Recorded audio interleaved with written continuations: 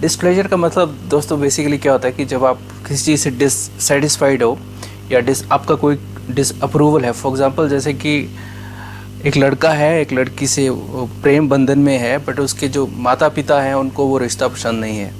ठीक है, अभी वो कर कुछ नहीं सकते हैं, बट क्या है ना कि वो अपना एक नाखुशी सी ज़ाहिर करते हैं अपने बच्चों के सामने। उस जो वो नाखुशी है उसी को डिस्प्लेजर बोलते हैं। अगर आप इसका हिंदी में मतलब देखोगे तो अप्रसन्नता या खुशी, डिस्प्लेजर।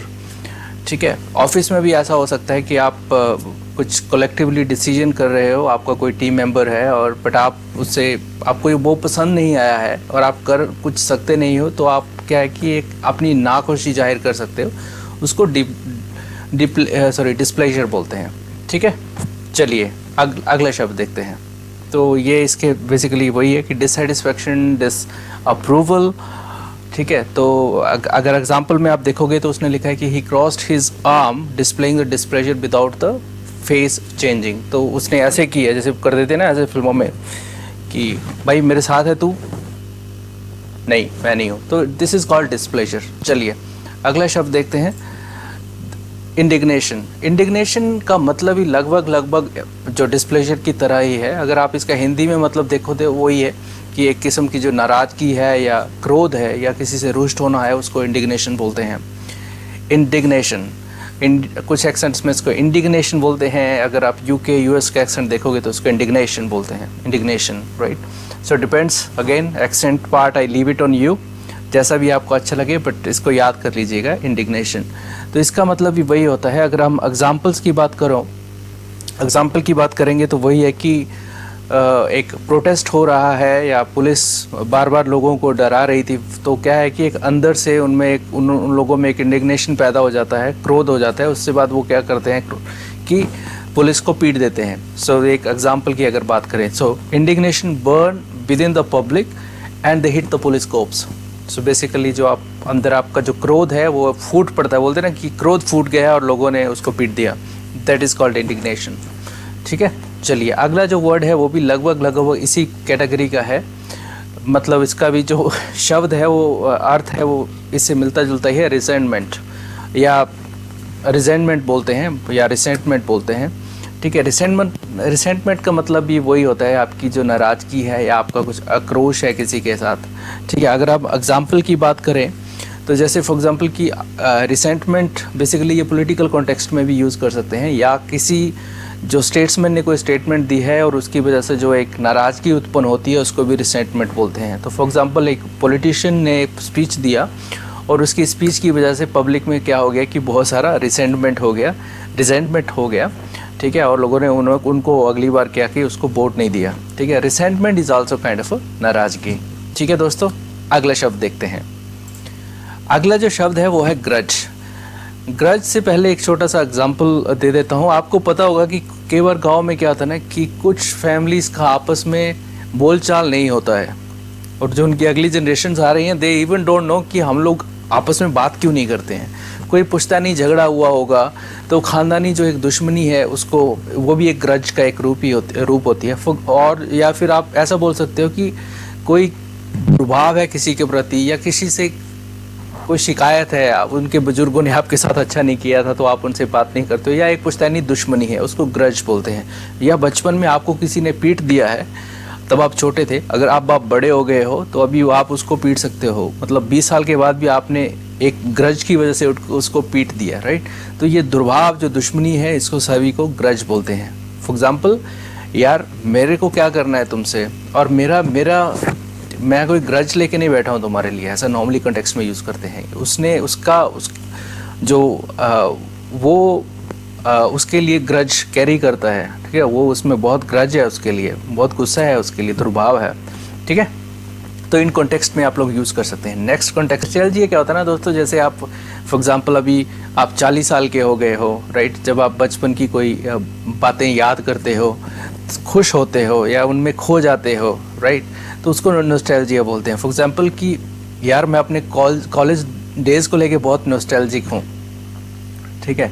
या उसको क्या है कि गाने गाने का बड़ा नॉस्टैल्जिया है, मतलब कि वो बचपन में बहुत ज़्यादा सिंगिंग करता था। ठीक है, अगर आप एग्जाम्पल देखोगे यहाँ पे तो वही लिखा उसने कि a nostalgia for the college days. ठीक है, a nostalgia for the college days. अगला एग्जाम्पल भी आप देखोगे तो photo of my childhood actor brings on pure nostalgia. ठीक है, तो बेसिकली क्या बोलते हैं ना यार कि आप आज कुछ बात कर रहे हो या आपका दोस्त आता है, कुछ पुरानी बातों को लेके बैठ जाता है, या आपकी कोई पुरानी गर्लफ्रेंड के बारे में बात कर रहा है, या पुराने मित्र बंधु के बारे में बात करता है, या पुराने क्लासमेट के बारे में बात करता है, या पुरानी एक्टिविटीज़ जो आपने इकट्ठे बैठ के करी थी जो अब आप नहीं कर सकते हो, अच्छी यादें हैं। ठीक है, या आप उनको लेके खो जाते हो, राइट। तो बोलते हैं यार मैं ना अपने बचपन को लेके बहुत ज़्यादा नॉस्टैल्जिक हो जाता हूँ कभी कभी, क्योंकि आपने जो क्या है कि बहुत अच्छी यादें हैं आपकी बचपन को लेके। ठीक है, चलिए नेक्स्ट जो शब्द है वो देख लेते हैं अभी, वो है रिपरकशन। रिपरकशन का मतलब क्या होता है दोस्तों, जैसे एक बार उसको देख लेते हैं कि टीम ने क्या इसका मीनिंग लिखा है। वो लिखा है कि प्रतिघात, अप्रत्यक्ष परिणाम या प्रतिक्रिया। रिपरकशन क्या होता है कि इसका जो प्रभाव है वो अप्रत्यक्ष होता है। फॉर एग्ज़ाम्पल कि एक युद्ध हो जाता है और उसके बाद युद्ध का प्रभाव क्या होता है कि वहाँ पे एक तो इंफ्रास्ट्रक्चर जो भी है, बिजली, पानी, घर सारे नष्ट हो जाते हैं। ठीक है, तो उसका अप्रत्यक्ष प्रभाव क्या है, लोग तो मरते ही हैं पर और भी जो प्रभाव है अप्रत्यक्ष रूप से वो ये है। ठीक है, और या कोई एक नेता आपके गांव में आया और आप स्टेज पे खड़े हो गए और बोल दिया कि आपने कुछ नहीं किया 5 सालों में, ये है वो है, और ये करके उसका रिपरकशन क्या हुआ कि उस जो नेता है उसने आपके गांव के लिए 5 साल तक कुछ नहीं किया। सो बेसिकली जो आपने वो स्पीच दी थी स्टेज पे खड़े होकर एक नेता के अगेंस्ट, उसकी रिपरकशंस क्या हुई, उसके प्रभाव क्या हुए कि आपको जो आपके गांव का जो डेवलपमेंट के लिए फंड्स उस मिनिस्टर ने देने भी थे वो भी नहीं दिए। ठीक है, या आप मीटिंग में कुछ अपने सीनियर को कुछ बोल देते हो ऊंची आवाज़ में और उसकी रिपरकशंस क्या होती हैं कि वो आपका ट्रांसफ़र करवा देता है या जो कुछ भी है। तो आप समझ गए कि सामने सामने कुछ नहीं है बट अप्रत्यक्ष रूप से बहुत सारा उसका असर पड़ जाता है। तो रिपरकशंस क्या है, ठीक है, या यार मैंने उसको ऐसे बोला है बट मेरे को नहीं पता कि उसकी रिपरकशंस क्या होंगी। बेसिकली रिएक्शन ही होता है बट अप्रत्यक्ष रूप से आप बोल सकते हो। ठीक है, चलिए अगला जो शब्द है वो देख लेते हैं, वेंडेटा। Vendetta, VENDETTA। वेंडेटा क्या होता है, आजकल पॉलिटिकली गलियारों में बहुत यूज़ होता है ये वेंडेटा। वेंडेटा होता है प्रतिशोध, प्रतिहिंसा या पुश्तैनी झगड़ा। ठीक है, एक आप दुर्भाव लेके या कुछ प्रतिशोध लेने की अगर आप कोशिश कर रहे हो तो उसको आप वेंडेटा बोल सकते हो। फॉर एग्ज़ाम्पल जैसे अभी सत्ता पार्टी अगर विपक्ष के नेताओं को करप्शन के चार्जेस में जेल में भेजती है या उन पे कुछ केस करती है या CBI के कुछ रेड्स डलवा देती है, ठीक है, तो जो दूसरी पार्टी बोलती है ये पॉलिटिकल वेंडेटा है, ये पॉलिटिकली प्रतिशोध लेने की जो काम है वो सरकार कर रही है। इसमें क्या है, वैसे ही आप नेक्स्ट है कॉन्टेम्पलेट। कॉन्टेम्पलेट क्या होता है कि जब आप चिंतन करते हो या विचार करते हो, ठीक है, मन में अगर आप सोचते हो, ठीक है, कुछ काम करने से पहले आप थोड़ा सोचते हैं, उसको एक कंटेम्पलेट बोलते हैं। अगर उसका एडजेक्टिव देखोगे या उसका वो देखोगे तो वो हो जाता है कंटेम्पलेशन।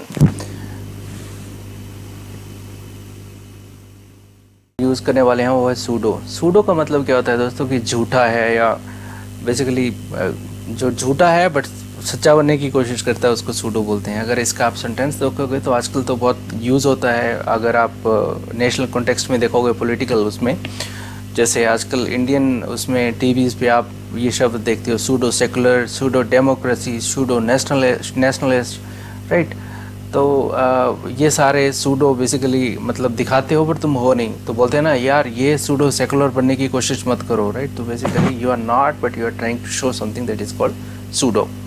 तो किसी भी शब्द के आगे जगह आप सूडो लगा देते हो तो दैट इज़ कॉल्ड झूठा है, मतलब सच दिखाने की कोशिश कर रहा है। उसके बाद जो शब्द देख लेते हैं डिस्क्रिमिनेशन। डिस्क्रिमिनेशन क्या होता है दोस्तों, जो भेदभाव होता है उसको डिस्क्रिमिनेशन बोलते हैं, या पक्षपात होता है उसको डिस्क्रिमिनेशन बोलते हैं। आप जॉब लेने गए, वहाँ पे बॉस के चाचा का लड़का भी आया हुआ था एंड आपको जॉब नहीं मिला, उसको मिल गया, that is also called discrimination. आपके साथ भेदभाव हो गया, ठीक है। एक लड़की कार में जा रही है, गाड़ी पंचर हो गई, उससे गाड़ी का टायर खोला नहीं जा रहा है and you guys are going on the motor bike पे जा रहे हो और उस लड़की को बोलते हो यार क्यों रख लेते हो अगर टायर चेंज नहीं होता है। बेसिकली तुम उसको बोल रहे हो कि तुम लड़की हो, तुमसे टायर चेंज नहीं होता, तो वो भी एक किस्म का उसको पक्षपात कर रहे हो, उसको डिस्क्रिमिनेट कर रहे हो कि तू एक लड़की है, ठीक है। या फिर ऑफिस में या कुछ प्रवासी मजदूर दूसरे उसमें चले जाते हैं, स्टेट्स में चले जाते हैं, एंड यू गाइस लाइक हम क्या करते हैं कि यार ये दूसरे उससे आया हुआ है, इसको थोड़े कम पैसे दे दो या कुछ ऐसा है। That is also called discrimination. तो कॉन्टेक्स्ट वाइज आप कहीं पे भी इसको यूज़ कर सकते हो। डिस्क्रिमिनेट पीपल, ठीक है। Poor people always so poor people has always a discrimination from the rich people, or rich always discriminate poor people, or high caste people always discriminate low caste people. So depends upon you how you want to use this word. अगला देख लेते हैं दोस्तों। अगला है admire। admire का मतलब है किसी की आप सराहना करते हो या प्रशंसा करते हो, उसको admire करना बोलते हैं, या मतलब आप उसके कायल हो गए हो। बेसिकली क्या है कि for example if you admire someone or something, you look at दम विद वेरी प्लेजर, राइट। आपके गांव में एक लड़का था, बहुत पुअर फैमिली से, पढ़ा लिखा, एक IAS ऑफिसर बन गया, तो तुम आप अपने बच्चों को हमेशा उसका एग्जांपल देते हो कि देखो उसको देखो कि उसने मोमबत्ती की लाइट में पढ़ता था, आज IAS ऑफिसर बन गया। तो basically if you admire something you respect him very much, ठीक है, और उसके एग्जांपल्स देते हो, उसके बारे में बातें करते हो लोगों से। फॉर एग्जांपल एक और एग्जांपल देख लेते हैं कि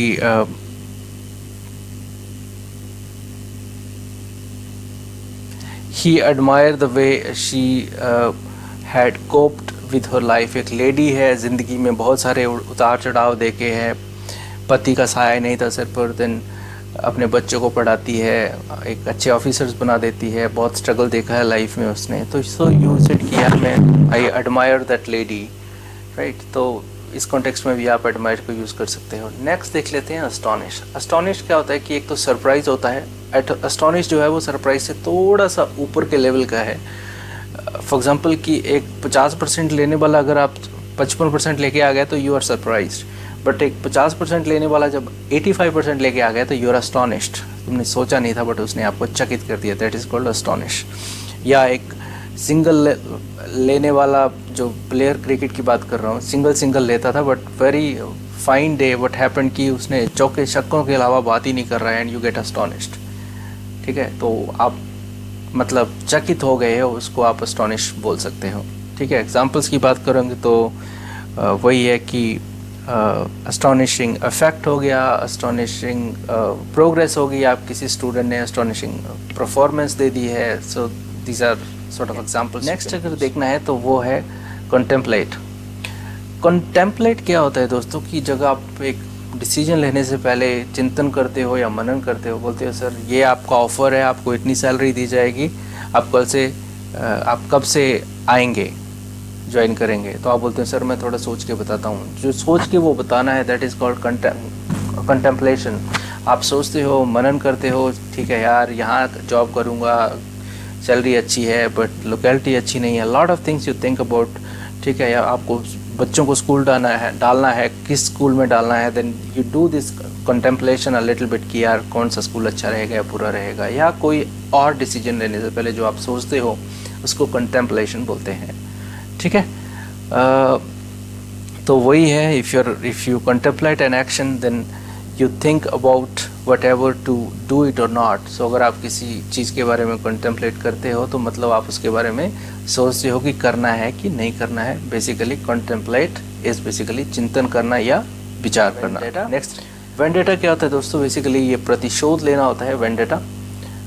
बट आजकल पॉलिटिकल कॉन्टेक्स्ट में देखोगे तो बेसिकली पॉलिटिकल ही हो गया आजकल शब्द ये। एक पार्टी अगर दूसरी पार्टी के अगेंस्ट में कुछ प्रोटेस्ट करती है या कुछ केसेस करप्शन चार्जेस लगा देती है तो दूसरी पार्टी झंडा लेके आ जाती है कि it's a political vendetta. Basically कि इसमें कुछ नहीं है बट ये एक राजनीतिक प्रतिशोध है।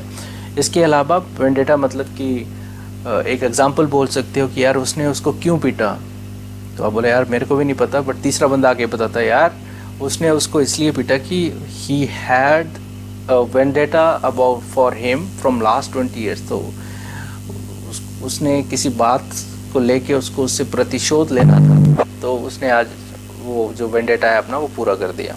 ठीक है, अगला शब्द जो है वो है एब्रोगेशन। एब्रोगेशन क्या है दोस्तों, जैसे कोई लॉ बना हुआ है उसको कोई सरकार आके रद्द कर देती है, या कोई रूल है उसको हटा देती है, मतलब ख़त्म कर देती है, उसको रद्दीकरण हो जाता है। बेसिकली ये गवर्नमेंट के कॉन्टेक्स्ट में यूज़ होता है, बिकॉज लॉ और रूल्स जो है वो गवर्नमेंट ही बनाती है, तो उसको क्या बोलते हैं, एब्रोगेट कर दिया।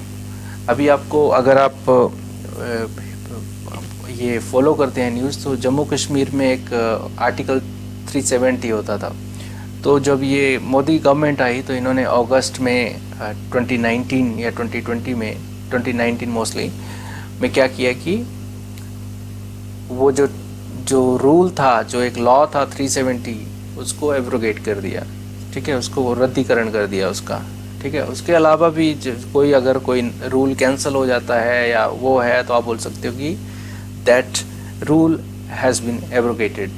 ठीक है, एब्रोगेशन ऑफ लॉ हो सकता है, एब्रोगेशन ऑफ विल हो सकता है, तो ये सारे उसमें हो सकते हैं। फॉर एग्जांपल अगर आप कहीं पॉलिटिकल लीडर्स की बात सुनो तो कभी कभी वो बोलते हैं कि हमारी सरकार ने लगभग जो 1500 के करीब जो ओल्ड लॉ थे वो एब्रोगेट कर दिए, मतलब जिनका काम नहीं था हमने वो रद्द कर दिए।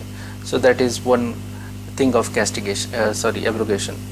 नेक्स्ट जो शब्द है वो है कैस्टिगेशन। कैस्टिगेशन होता है जब किसी को आप दंड देते हो या फटकारते हो, या किसी की बेइज्जती करते हो, उसको आप कैस्टिगेट बोल देते हो। फॉर एग्जांपल एक फूड इंस्पेक्टर है, एक हलवाई की दुकान पे जाके वो समोसे खाता है और समोसों में ही फाइंड्स की जो बहुत ज़्यादा तेल है, तो वो क्या करता है, अभी वो एक इंस्पेक्टर है, तो वो जो है कि जो हलवाई जो समोसे बना रहा है उसको बहुत मतलब तबीयत से उसको ताड़ता है या उसको फटकारता है, ठीक करो, ये अच्छा नहीं है, ये तेल ज़्यादा है, अगली बार तुम्हारा मैं चालान कर दूंगा, ऐसा जैसा करके वो डराता है उसको, अच्छा पूरी पूरी बातें भी बोलता है। ठीक है, so that is called castigation. Castigation कोई भी कर सकता है। फॉर एग्जांपल एक health inspector castigated the kitchen staff for poor standard of cleanliness. एक हेल्थ इंस्पेक्टर एक होटल में जाता है, किचन में वहाँ पे कुछ अच्छी सी सफाई नहीं होती है, तो वो क्या कर देता है कि उनको ताड़ता है, उनको फटकार लगाता है, उसको कैस्टिगेशन बोलते हैं। ऐसा ही आप लोकल कॉन्टेक्स्ट में भी कर सकते हैं, या आपका कोई टीचर है या बाहर का बड़ा आदमी आके किसी छोटे आदमी को कैस्टिगेट कर देता है, तो किसी भी कॉन्टेक्स्ट में आप लोग इसको यूज़ कर सकते हैं। नेक्स्ट है कंटेंशन। कंटेंशन क्या होता है दोस्तों, विवाद, या कोई कला है या तकरार है, उसको कंटेंशन बोलते हैं। बेसिकली अगर आप ओवर बड़े स्पेक्ट्रम में समझना चाहते हो तो इंडिया और पाकिस्तान के बीच में विवाद है, तो बोल सकते हो यार कि the reason for the contention between India and Pakistan is the Kashmir और द जम्मू एंड कश्मीर। जो विवाद है, the contention is in between India and Pakistan.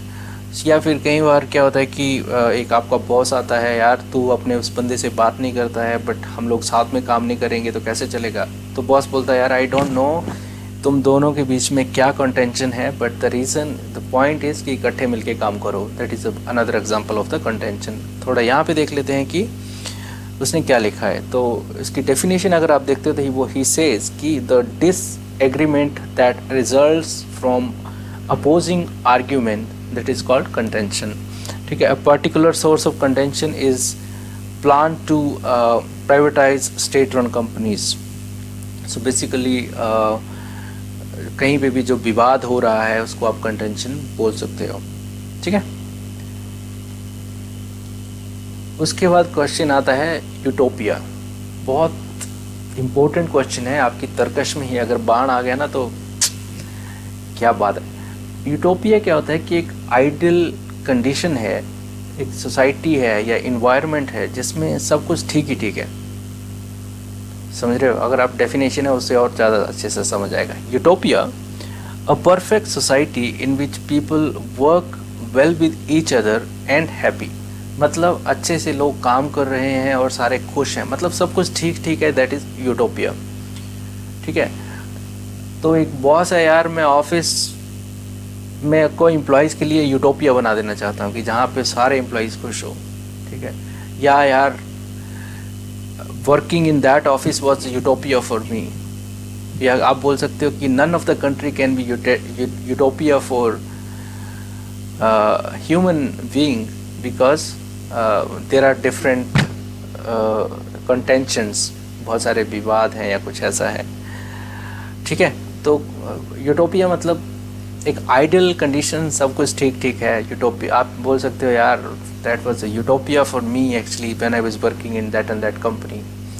ठीक है। या फिर आप किसी को बोल सकते हो यार थोड़ा बहुत एडजस्ट करना पड़ता है, you want get any utopia type of situation anywhere. ठीक है। आपको हर कुछ नहीं मिलता है हर जगह पे, that is called utopia. The perfect society in which people work well with each other and are happy, which is बड़ी hypothetical situation है, ऐसा होता नहीं है, but anyways it's strategism। strategy से strategism है। strategism क्या होता है कि जब आप एक कपट चालें चलते हो या तिकड़म लड़ाते हो कोई, ठीक है, किसी चीज़ को पाने के लिए, उसको आप क्या बोल सकते हो, strategism बोल सकते हो, strategism। okay, the carefully planned way of achieving dealing with something often involving a trick। ठीक है। तो मतलब यार उससे अगर काम कराना है तो उसको चॉकलेट दिखा दो। ठीक है। यार उसको थोड़ा वो करना है तो उसको एक दारू की बोतल दे दो।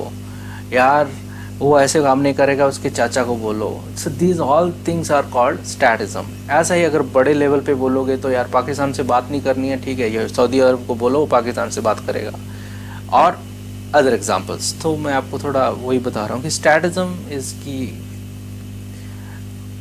एक नेगेटिव टाइप वर्ड है मोस्टली, बट ऑलवेज नेगेटिव नहीं है।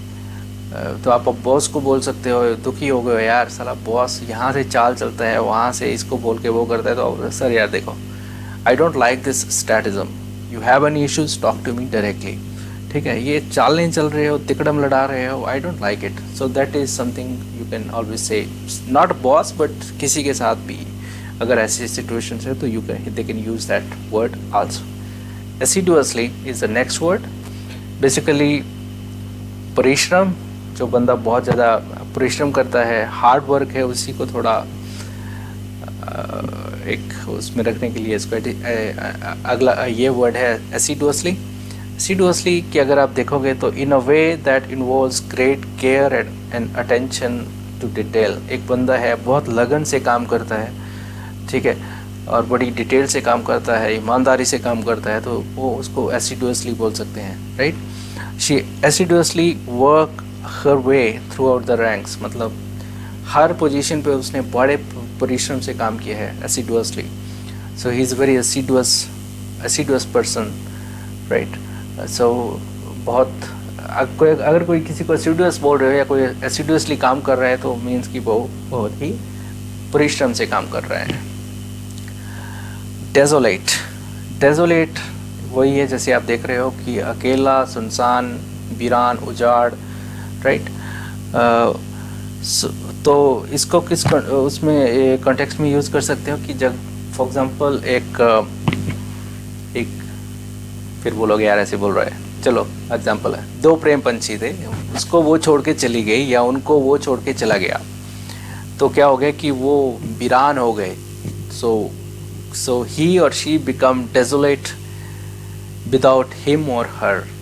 बोले सर आप हमेशा लड़कियों की बात करते हो, आज लड़कियों का लड़कों के बारे में भी बात कर रहा हूँ, ठीक है। या फिर यार आप दोस्त के साथ चले गए, उसका घर एक ऐसी जगह सुनसान जगह पे था, तो आप उसको बोल सकते हो यार कहाँ पे घर बनाया है यार, इट्स वेरी डेजोलेट प्लेस, क्या सुनसान जगह पे जगह बनाया है तुमने, राइट।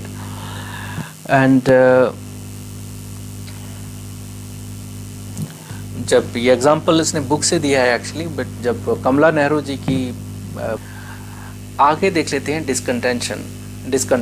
डिस्कंटेंट भी वही है कि नाराज है या संतुष्ट है या नाखुश है, वो आपका डिस्कंटेंट है या पर्सन है।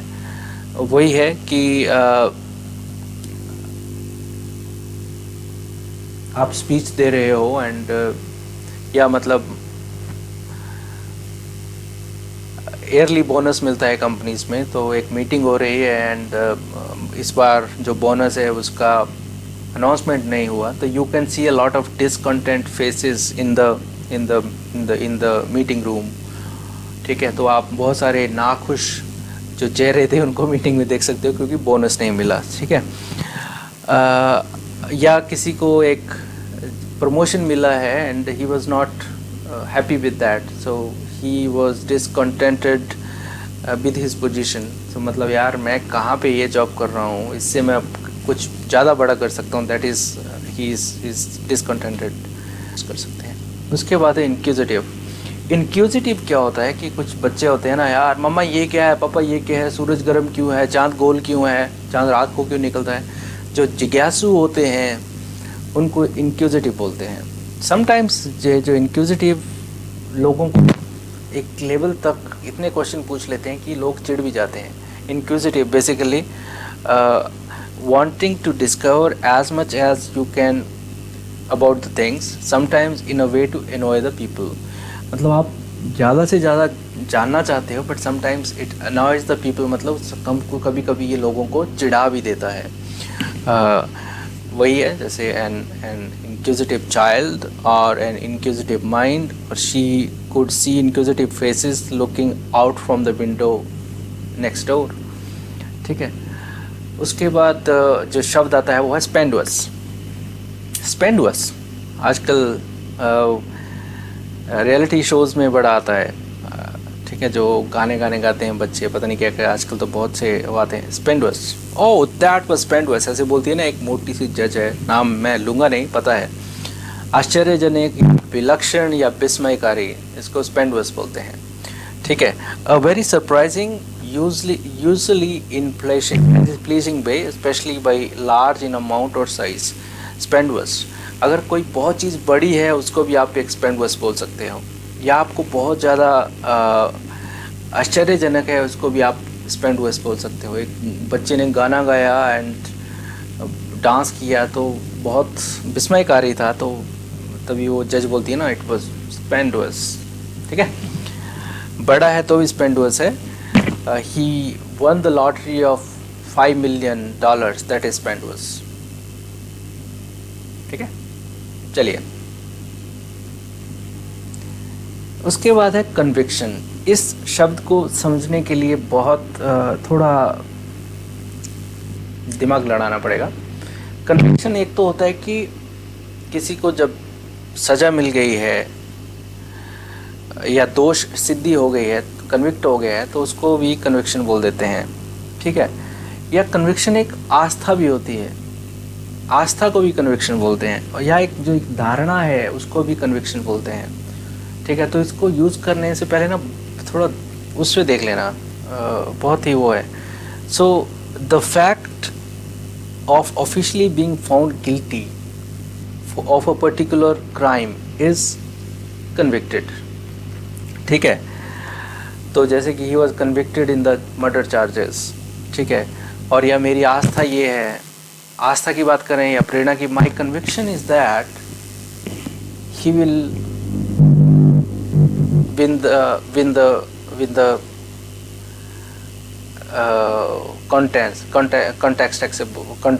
कॉन्टेस्ट। ठीक है, general conviction was that he is a good man. ठीक है, तो यूज़ करती बार ध्यान से करना है, जहाँ पे धारणा और आस्था में भी कन्विक्शन का हम लोग यूज़ कर सकते हैं। सो आप लोग यहाँ पे एक कॉमन कन्विक्शन के तहत इकट्ठा हुए हो, that is also one type of this one, right. Anguish, anguish क्या होता है कि शोक, कष्ट या पीड़ा या किसी चीज़ का जब आपको मलाल होता है तो उसको आप एंग्विश बोलते हो। Extreme unhappiness caused by physical और मेंटल सफरिंग, उसको एंग्विश बोलते हैं। ठीक है, his anguish at the outcome of the court case was very clear. जज ने कोर्ट में कोई केस चल रहा था और जज ने किसी के विरुद्ध डिसीजन दे दिया सो ही गॉट एंग्विश्ड, मतलब उसको लगता था कि वो सच है, या मतलब वो केस जीत जाएगा, या दोषी थे वो जज छूट जाते हैं, ठीक है। तो he got anguish, his anguish, उसका जो पीड़ा थी वो उसकी फेस पे दिख रही थी। सो इसको बोल सकते हैं anguished, right. So I can see your anguish face, ठीक है। Her anguish too, in her anguish she forgot to leave a message, मतलब वो इतनी पीड़ा में थी। I know you are in anguish, मुझे पता है कि तुम एक पीड़ा में हो, ऐसा भी आप यूज़ कर सकते हो, डिपेंड। ऑस्टेंसिबल का मतलब क्या होता है दोस्तों, कि कई बार आप दिखाते कुछ हैं और करते कुछ और हैं, या बनना कुछ और चाहते हैं, या आपका कुछ हिडन ऑब्जेक्टिव जो है कुछ और होता है, तो उसको ऑस्टेंसिबल बोलते हैं। कैसे? appearing or claiming to be one thing, but when it is really something else. जैसे आप बहुत ज़्यादा चैरिटी कर रहे हो, कोई बंदा बहुत ज़्यादा चैरिटी कर रहा है, बट एक्चुअली उसका जो मोटिव है वो बहुत ज़्यादा पॉपुलैरिटी गेन करना चाहता है, बट वो अभी लोगों को तो नहीं बता सकता ना कि he is trying to have this publicity stunt, तो उसको ऑस्टेंसिबल बोलते हैं, right. Their ostensible goal was to clean up government corruption, but their real aim was to unseat the government. अगला देख लें। अगला जो शब्द है वो है preposterous. Preposterous का मतलब क्या है कि एक सिली सा आइडिया कोई भी जब दे देता है ना, preposterous, आप ये भी रियलिटी शोज में बहुत ज़्यादा आता है शब्द preposterous. Preposterous मतलब सिली सा है, हास्यास्पद है, निरर्थक है, ठीक है। सो किसी ने किसी को आइडिया दिया तो बोला ओ अरे यार इट्स अ preposterous आइडिया, और या कुछ सजेशन दे रहा है तो it's preposterous suggestion, right. So basically निरर्थक है, हास्यात्मक है। Stop floating these preposterous ideas, ठीक है, मतलब जिन पे काम नहीं हो सकता है, तो स्टॉप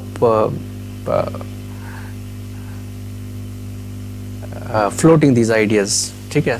preposterous, ठीक है, बेसिकली सिली भी बोल सकते हो, बट थोड़ा आपको तो अंग्रेज बनना है ना, preposterous, ठीक है। चलिए अगला देख लेते हैं। अगला शब्द है benevolent. benevolent क्या होता है कि जो बंदा बड़ा benevolent है वो बड़ा उदार है, कृपालु है, या बड़ा हितैषी है, ठीक है। इसके वो देख लेते हैं शब्द आगे, इसका वो भी है। बंदा बोलता है कि if you described a person in authority as benevolent, you mean they are very kind and fair. अगर किसी को कोई बंदा बड़ा benevolent है तो वो बंदा मतलब fair है, गलत नहीं करता है, सबका ध्यान रखता है, right? So the company has proved to be more benevolent employer. So benevolent मतलब benevolent मतलब कि fair, kind and fair. It's a benevolent. He's very benevolent person. Expedient जैसे हमने expedient बेसिकली एक उपाय या कोई ढंग या प्रणाली या कोई तिकड़म है, उसको एक्सपीडियंट बोलते हैं। मतलब कि अगर आपको सेकंड फ्लोर पे जाना है तो उसका जो एक्सपीडियंट क्या हो सकता है, सीढ़ी, right. The ladder was a useful expedient for getting to the second floor. Basically staircase की बात नहीं कर रहा, अगर आपको सेकंड फ्लोर पे जाना है गर्लफ्रेंड से मिलने के लिए तो व्हाट यू विल डू, और ब्रेव गर्ल्स जो रात को अपने बॉयफ्रेंड से मिलना जाना चाहती है, तो इट्स अ यूजफुल एक्सपीडियंट कि पीछे से सीढ़ी लाओ, सेकंड फ्लोर पे चढ़ जाओ। सो दैट इज कॉल्ड, जो एक जुगाड़ जिसको बोलते हो, दैट इज एक्सपीडियंट, आप बोल सकते हो expedient. expedient, and use any expedient you think necessary to get over the obstacle in your way. So basically कोई भी expedient use करो यार, इस अड़चन जो तुम्हारे रास्ते में आ रही है उसको हटाओ, expedient या expedient, ठीक है। नेक्स्ट है conducive. कंड्यूसिव बड़ा सिंपल सा वर्ड है, सहायक, हितकारी या हितकारी या परोपकारी। बेसिकली क्या है कि कंड्यूसिव बोलने का मतलब है कि हम पाकिस्तान से बात नहीं कर सकते हैं क्योंकि there is no conducive environment, और देयर आर और make your bedroom as conducive to sleep as possible, मतलब अपने रूम को इतना अच्छा बनाओ कि कोई वहाँ पे सो सके, कंड्यूसिव सहायक बनाओ. Sometimes the home environment is just conducive to reading, isn't conducive to reading. या फिर आप बोल सकते हो कि हाँ यार उससे बात किया क्या बना, यार वो discussion was not that conducive, जो डिस्कशन तो हमने किया but that was not that conducive, ज़्यादा सहायक नहीं थी. Good eating habits are conducive to the good health, ऐसा भी आप यूज़ कर सकते हो. Conducive basically that take you to conducive मतलब सहायक है या हितकर है या उपकारी है, मतलब गुड ईटिंग हैबिट्स आर सहायक टू मेक यू हेल्दी. मैस्मराइज करना क्या होता है ना, कि किसी को सम्मोहित कर देना जिसको बोलते हैं, उसको मैस्मराइजिंग बोलते हैं. हिप्नोटाइज करने से पहले एक शब्द ये जो था, वो हिप्नोटाइज करने से पहले मैस्मराइज शब्द का यूज़ होता था इसी कॉन्टेक्स्ट में. तो मैस्मराइज मतलब कोई अच्छी सी स्पीच दे रहा है and you like that way and you said कि यार उसकी स्पीच वाज मैस्मराइजिंग, उसने मेरे को, मैं मतलब टकटकी से उसको देख रहा था, मैं एक मिनट भी इधर से उधर नहीं गया, इवन तो मेरे को वॉशरूम जाना था, मैंने बोला पहले इसकी स्पीच ख़त्म होनी चाहिए उसके बाद मैं जाऊँगा, बिकॉज दैट स्पीच मैस्मराइज्ड यू. ठीक है. और तो आपकी जो स्माइल है बहुत मैस्मराइजिंग है, सम्मोहित करने वाली है. आपकी आंखें जो हैं बहुत मैस्मराइज करने वाली हैं.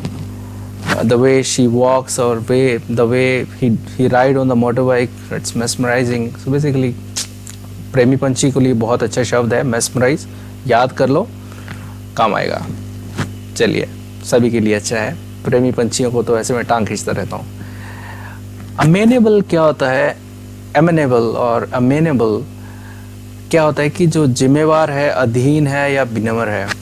सो बेसिकली जिम्मेदार की बात कर लेते हैं. यू आर अमेनेबल और amenable for the behaviour of your kid.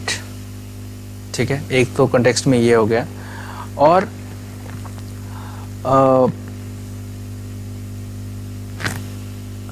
आप बोल सकते हैं नहीं यार वो अपने पिताजी से ज़्यादा समझदार लगता है या जिम्मेवार है. सो ही इज़ मोर अमीनेबल और अमेनेबल देन हिज फादर. तो इस कॉन्टेक्स्ट में आप यूज़ कर सकते हो. बेसिकली रिस्पॉन्सिबल है, अमीनेबल है, जेन्युइन है.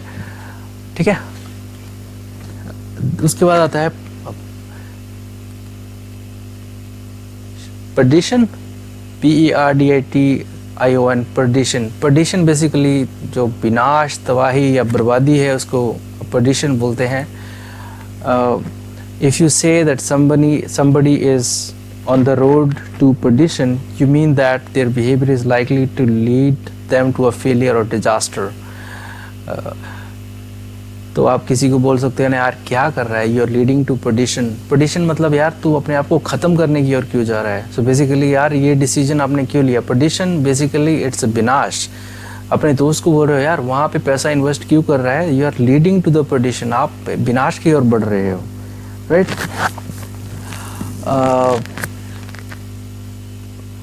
तो पर्डिशन बेसिकली विनाश या तबाही की बात कर सकते हो, के कॉन्टेक्स्ट में यूज़ कर सकते हो. ठीक है. बट नॉर्मली हाइपोथेटिकल कॉन्टेक्स्ट में ज़्यादा यूज़ करते हैं पर्डिशन को. Don't take the decision, it will lead to the perdition. You are on the way to perdition, or you are making call to perdition. आप विनाश को बुला रहे हो. Right. So all those examples you can use this word as perdition. Right. उसके बाद है exterminate. Exterminate क्या होता है कि नष्ट करना, उखाड़ना या मिटा देना. टर्मिनेट सुना है ना, वैसे एक्सटर्मिनेट है. तो बेसिकली अगर आप हिटलर की बात करोगे तो Hitler wanted to exterminate all the Jews from the world, from the planet. तो हिटलर जो था वो ऑल द जूस जो पब्लिक थी उसको एक्सटर्मिनेट कर देना चाहता था इस दुनिया से.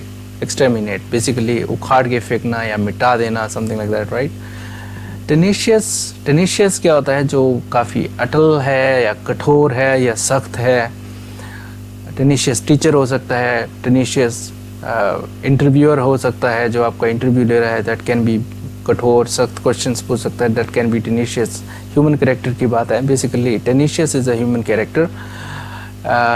She was very tenacious and worked hard along to achieve her objective. So बड़ी टेनिशियस थी वो, she worked very hard. Tenacious, you understand now right, very hard थी, बड़ी अटल थी वो। So she got her objective, or he was a very tenacious interviewer at BBC, tenacious, right? So the teacher was very tenacious. और context में बात करें अगर other than human character behavior, तो tenacious मतलब एक tenacious grip of my arm, अगर आप किसी चीज़ को बड़े अटल उससे पकड़ लेते हो, so you can say कि he had a very tenacious grip on that box or that other objective, or you would say, right? Demeanor क्या होता है? Demeanor किसी बंदे का behavior होता है या बोलचाल, जो आचरण होता है, उसको demeanor बोलते हैं। Basically अगर आप यहाँ पे देखोगे तो conduct and behavior बोलते हैं ना कि can do demeanor, मतलब जो कैन डू स्पिरिट होती है, कैन डू वाला जो एटीट्यूड है उसको कैन डू डिमीनर, उसकी जो आचरण है वो कैन डू वाला है, means he can do anything. या किसी के कंप्लेन कर रहे हो किसी बंदे को, बिहेवियर को रिप्लेस कर सकते हो डिमीनर से। सो थोड़ा हाइफन डू शब्द है demeanour. So demeanour of that person was the main obstacle for his growth. उसका जो आचरण था उसकी वजह से वो बंदा क्या था, वो ज़्यादा ग्रो नहीं कर पाया, demeanour, right? And she was struggling personally and the actress demeanour on set understandably change. उसका जो डिमीनर है वो अंडरस्टैंडेबली चेंज कर गया, मतलब शी वाज इन प्रॉब्लम, सो उसका जो demeanour because of that problem is changed, right? So demeanour is basically the आचरण यू डू। बिसीच करना क्या होता है कि जब आप किसी को बोलते हैं यार हाड़े ही हैं, आप माफ़ कर दे यार भाई, छोड़ दे इस चीज़ को, किसी चीज़ को आप प्रार्थना या विनती करते हो किसी से, तो उसको बिसीच करना बोलते हैं। For example, she beseeched him to cut the drinking and smoking. So if you beseech someone और something to do something, you ask them very eagerly and anxiously. अगर आप किसी को बिसीच करते हो, इसका मतलब ये है कि आप उसको बड़ी एक चिंता की भावना से और एक उत्सुकता की भावना से उसको प्रार्थना करते हो। बेसिकली जैसे आप लेडीज़ अपने पतियों को बोलती हैं, they beseech their husband not to drink और cut their habit of drinking, right? Cut मतलब कम करने के लिए। So beseech basically please. Connotation क्या है कि एक तो इसका किसी शब्द का अर्थ है ही, बट उसका एक लक्ष्यार्थ या संकेतार्थ भी होता है, उसको कॉनोटेशन बोलते हैं। बेसिकली जब आप बोलते हो कि यार हर speech mesmerized me, for example, या I could not take my eyes out of her face, मैं उसको देखता ही रह गया, तो बेसिकली आप क्या बोल रहे हो कि you like her or maybe you love her, right? So that is a connotation of this word. The संकेत अर्थ जो है, या इसका दूसरा संकेतार्थ जो है इस जो शब्द का है, उसको connotation बोलते हैं। The word carries the connotation of romance, this mesmerizing, right? बोला था ना कि that carries the connotation of romance. The cultural connotation of these conventions, the notion of abuse has wider connotation than the physical.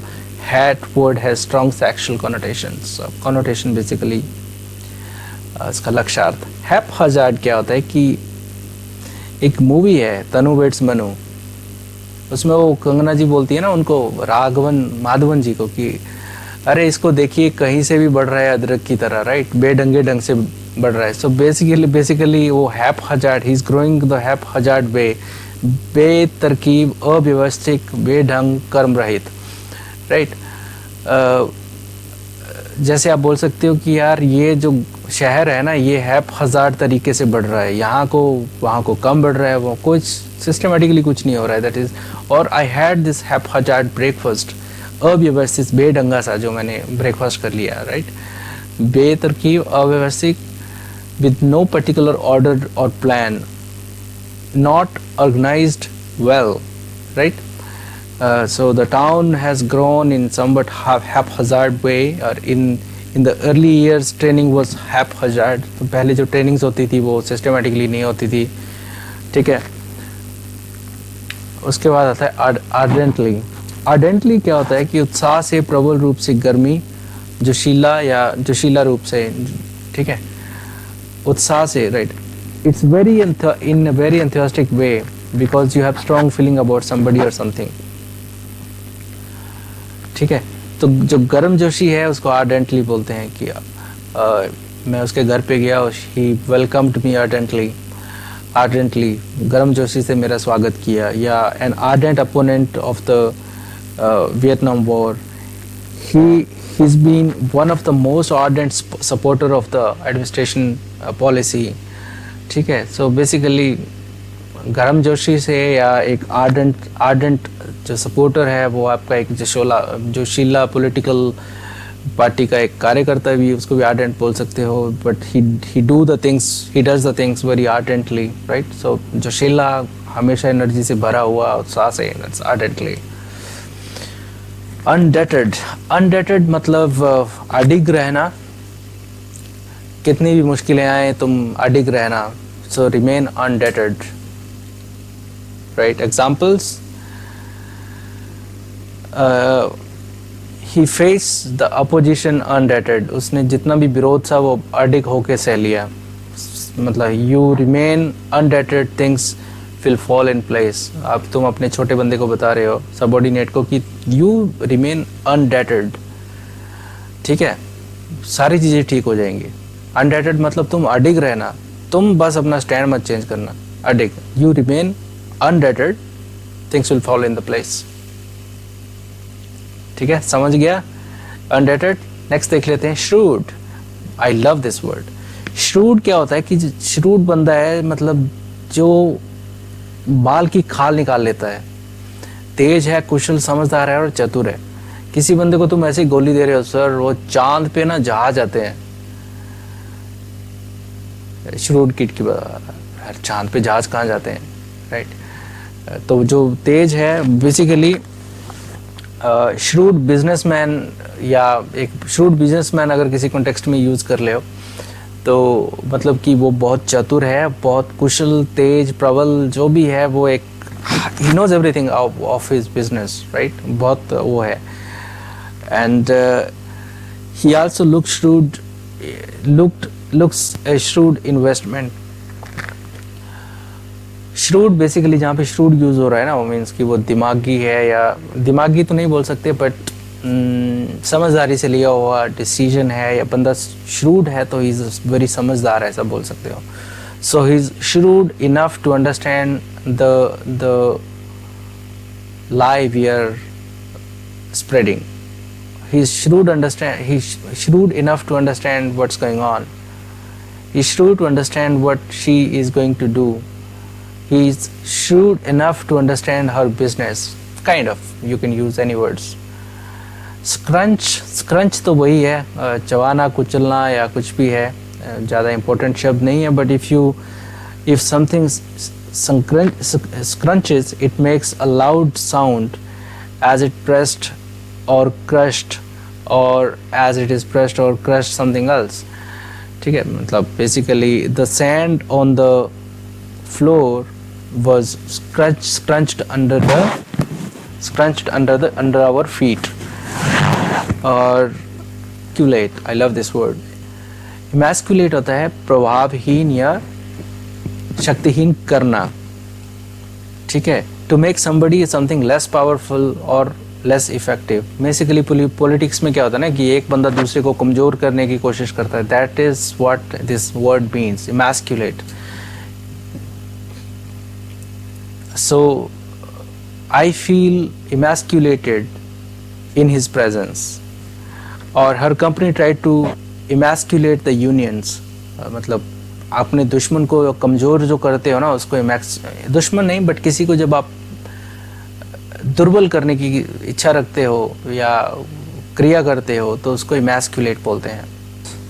ह्यूबरिस होता है किसी चीज़ का अभिमान है या घमंड है या कोई डींग मारना है या शेखी मारने की जो आदत होती है उसको ह्यूब्रिस बोलते हैं। जैसे कोई व्यक्ति है किसी लॉज या किसकी परवाह नहीं करता है, राइट, रूल कुछ नहीं करता है, तोड़ता है, उसको उसकी ह्यूब्रिस बोलते हैं। उसकी जो ये आदत है उसकी ह्यूब्रिस बोलते हैं। व्यक्ति को ह्यूब्रिस नहीं बोलते हैं, बट जो ये आदत है उसकी ह्यूब्रिस बोलते हैं। So he thought that he was above the law and was ultimately punished for his hubris. तो सोच रहा था कि मैं लॉ से ऊपर हूँ, बट अल्टीमेटली जो उसकी डेंगे थी, ह्यूब्रिस जो है वो डेंगे एक्चुअली जो दिखावा करने की कोशिश करता है, तो he was punished for that hubris. So I can't take your hubris, right? तुम मुझे दिखावा करते हो, I can't take that one, ऐसा भी आप किसी कॉन्टेक्स्ट में यूज कर सकते हो। ठीक है दोस्तों, नेक्स्ट देखते हैं क्रेडेंस। क्रेडेंस क्या होता है? क्रेडेंस का मतलब क्या होता है दोस्तों? विश्वास, साख या विश्वसनीयता। अगर आप किसी चीज़ की को क्रेडेंस दे रहे हैं बेसिकली, तो मतलब आप उसको उस पर विश्वास करते हैं। If you give credence to a theory or story, then it means you believe it. अगर किसी चीज़ को आप credence दे रहे हो मतलब you believe it. You are surely, example देख लेते हैं, you are surely not giving any credence of this story, right? I'm not going to give any credence to this story, or I'm not going to give any credence to what you are saying. ठीक है, तो basically विश्वास करने की बात है, उसको Credence बोलते हैं। Genuine progress can be made, example है। उसके बाद से मरमर होता है, जैसे मुंह में मुन करते रहते हैं ना, कुछ ना बड़बड़ाते रहते हैं, उसको मरमरिंग बोलते हैं। फुसफुसाहट, शिकायत या सरसराहट कुछ भी है, उसको मरमरिंग बोलते हैं। अब बेसिकली जस्ट अ मिनट,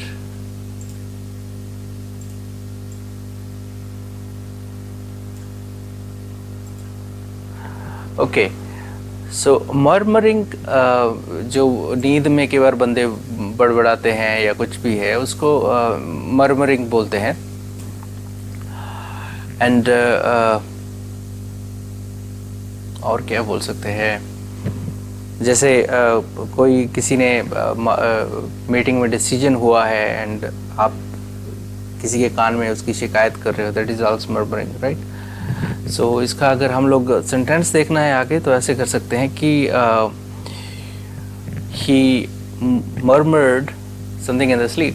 जब वो सो रहा था, he was murmuring something. And अगर किसी के कान में आप बोल रहे हो, तो ही was murmuring in his or her ear, or he held her tight and murmured to her, मतलब किसी उसको जप्पी डाली और उसके दिए कुछ तो बड़बड़ाया उसके मुंह के सामने, right? So these are the examples. Fluster क्या होता है दोस्तों कि किसी से कुछ करवाने के लिए जब उसको वो करते हो ना, कुछ नेगेटिवली कुछ उसके लिए करते हो, उसको फ्लस्टरिंग बोलते हैं। कुछ हलचल करते हो या कुछ गड़बड़ करते हो, राइट, उसको बोलते हैं फ्लस्टर। जैसे किसी से काम करवाना है तो उसको दारू पिला दिया, राइट, या कुछ और दे दिया या कुछ, राइट, व्हाटएवर, या कुछ एकदम हो गया है उसकी वजह से आप हड़बड़ा गए हो, उसको भी फ्लस्टर बोल सकते हैं। For example, fluster somebody, don't fluster me, I will never be ready. Because किसी को फ्लस्टर करना बोले तो किसी को नर्वस करके उसकी हाँ करवा लेनी, जैसे शराब पिला के कुछ लोग फ्लस्टर करते हैं कुछ लोगों को। To be flustered, he was flustered by all the attentions. जैसे वो उसमें मीटिंग हॉल में गया और वहाँ पे सभी लोग उसी को देखने लगे, तो he got flustered, he got nervous, right. She was clearly flustered by the arrival of marshal और मार्शल्स अनएक्सपेक्टेड अराइवल। तो गड़बड़ाहट या कुछ हलचल इस कॉन्टेक्स्ट में यूज़ कर सकते हो फ्लस्टर। डिरीजन क्या होता है दोस्तों? किसी को ताना मारना या किसी का उपहास उड़ाना और डिरीजन होती है। जैसे for example, he became the object of derision और डिरीजन, राइट। जो बोलते हैं ना कि उपहास का वो कारण बन गया है, राइट। सो तो उसको ऐसा यूज़ कर सकते हैं। Her speech was greeted with howls of derision, उसने जो स्पीच दी तो उसका बहुत उपहास उड़ाया गया। Howls of derision, derision and challenges were reflected in the glance, और a strong feeling that somebody और something is silly and not worth of considering seriously, that is derision. Basically किसी का जो मजाक उड़ाना है उसको उपहास उड़ाने को डिरीजन बोलते हैं। रेटिसेंस, रेटिसेंस होती है किसी की चुप्पी या किसी को दूसरों को कुछ ना बताने की जो आदत है, जो अल्पभाषिता है, उसको रेटिसेंस बोलते हैं। फॉर एग्जांपल कुछ बंदे चुप रहते हैं तो ज़्यादा इन्फॉर्मेशन शेयर नहीं कर पाते हैं, that is dangerous. So that night she had overcome her reticence and talked about their married life. या कुछ लोग मतलब रेटिसेंस मतलब मौन रहता है। सो फॉर एग्जांपल किसी ने उस रात शराब पी ली या वाइन पी ली, तो उसके बाद उसने ही ब्रोक हर रेटिसेंस, उसने अपनी चुप्पी तोड़ी एंड यू नो। या आप कई बार अपने दोस्तों को बोल देते हैं यार your reticence will kill you, your reticence will kill you, mean जो चुप रहता है ना इसको ओवरकम करो, राइट। सो रेटिसेंस, गेस्टिकुलेट, इशारा करना, कोई मुद्रा या नाटक करना, something, right. So this is called gesticulate. The officer gesticulate towards the crowd, the other woman was gesticulating at the ambulance, he was gesticulating to his player from the sideline. So basically कुछ इशारा कर रहे हो या you know उसको gesticulation बोलते हैं। To move your hands and arms about in order to attract attention is also called gesticulation. Next जो हमारा शब्द है वो है strenuous. Strenuous का मतलब है कि जो कुछ भी आपको जो बहुत कठोर है या सख्त है या मतलब जोरदार है उसको आप स्ट्रेनुअस बोलते हो, या आपको थकाने वाला है। फॉर एग्जांपल कि अगर आपके बॉस ने आपको कुछ काम दे दिया, आपको बहुत सारा मेहनत करनी पड़ी उसमें, तो उसको शाम को जाके आप बोल सकते हैं सर आपने जो काम दिया था मेरे को, इट वॉज वेरी स्ट्रेनुअस।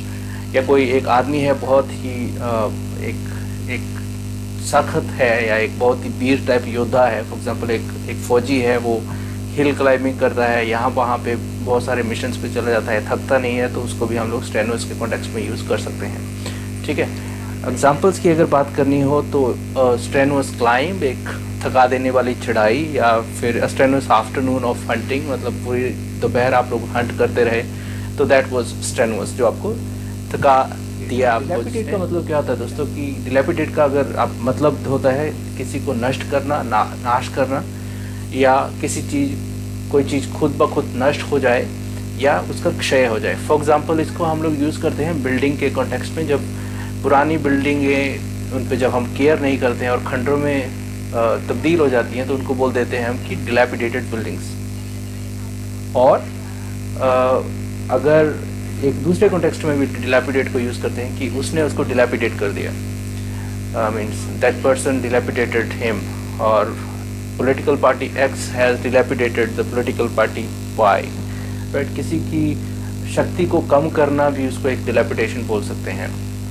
ठीक है, एक तो बिल्डिंग्स या इमारतों के कंटेक्स्ट में भी dilapidation हो गया है, आपने घर की ठीक से रख रखाव नहीं किया तो it was dilapidated now.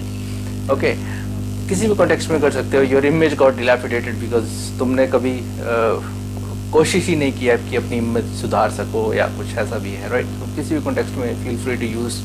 Again I leave it on you, मतलब मैं आपको बता रहा हूँ किस कॉन्टेक्स्ट में कैसे यूज़ कर सकते हैं, वो हम लोग कर सकते हैं। एग्जाम्पल देखेंगे तो वही है, dilapidated forts, dilapidated buildings, the old house was in a somewhat dilapidated condition, right. तो उसका रख रखाव ठीक से नहीं हुआ, रिपेयर वगैरह नहीं हुई, तो ही वॉज डिलैपिडेटिंग। अगला जो शब्द है वो है एगोनाइज्ड। एगोनाइज्ड है मतलब जो आप बहुत पीड़ित हो जाते हो या चिंतित हो जाते हो, तो उस कॉन्टेक्स्ट में इसको यूज़ करते हो। जैसे आप बहुत ही चिंतित हो जाते हो किसी के बारे में, किसी चीज़ के बारे में, राइट। अगर इसके सेंटेंसेस देख रहे हैं तो वो ये कि टू सफ़र एक्सट्रीम पेन और एंग्विश। एंग्विश हमने वो किया था कि जो एक पीड़ा होती है उसको एक एंग्विश बोलते हैं, right. Perhaps he was agonised over the moral issues involved. जैसे कुछ एक मीटिंग हो रहा है और एक मीटिंग में कुछ ऐसी बातें हो रही हैं जो एक बंदे को बहुत हर्ट कर रही हैं, राइट? तो वो क्या है कि ही वाज कुछ नहीं बोल रहा है, बट ही वाज एगोनाइज्ड कि यार देखो क्या बातें कर रहे हैं लोग मेरे बारे में, समथिंग लाइक दैट, राइट? या किसी के बारे में जब आप कुछ सुनते हो तो आप थोड़ा अनकंफर्टेबल हो जाते हो, यू गॉट एगोनाइज्ड, और तो उस कॉन्टेक्स्ट में भी आप उसको यूज़ कर सकते हो। अगर और एक सेंटेंस लिखा हुआ है, she only made a decision to apply for training after years of agonising, right? ये भी एक सेंटेंस है, आप अपने अकॉर्डिंगली सेंटेंस। एगोनाइज बेसिकली आप पीड़ा से छटपटा रहे हो, उसको आप एगोनाइज बोल सकते हो।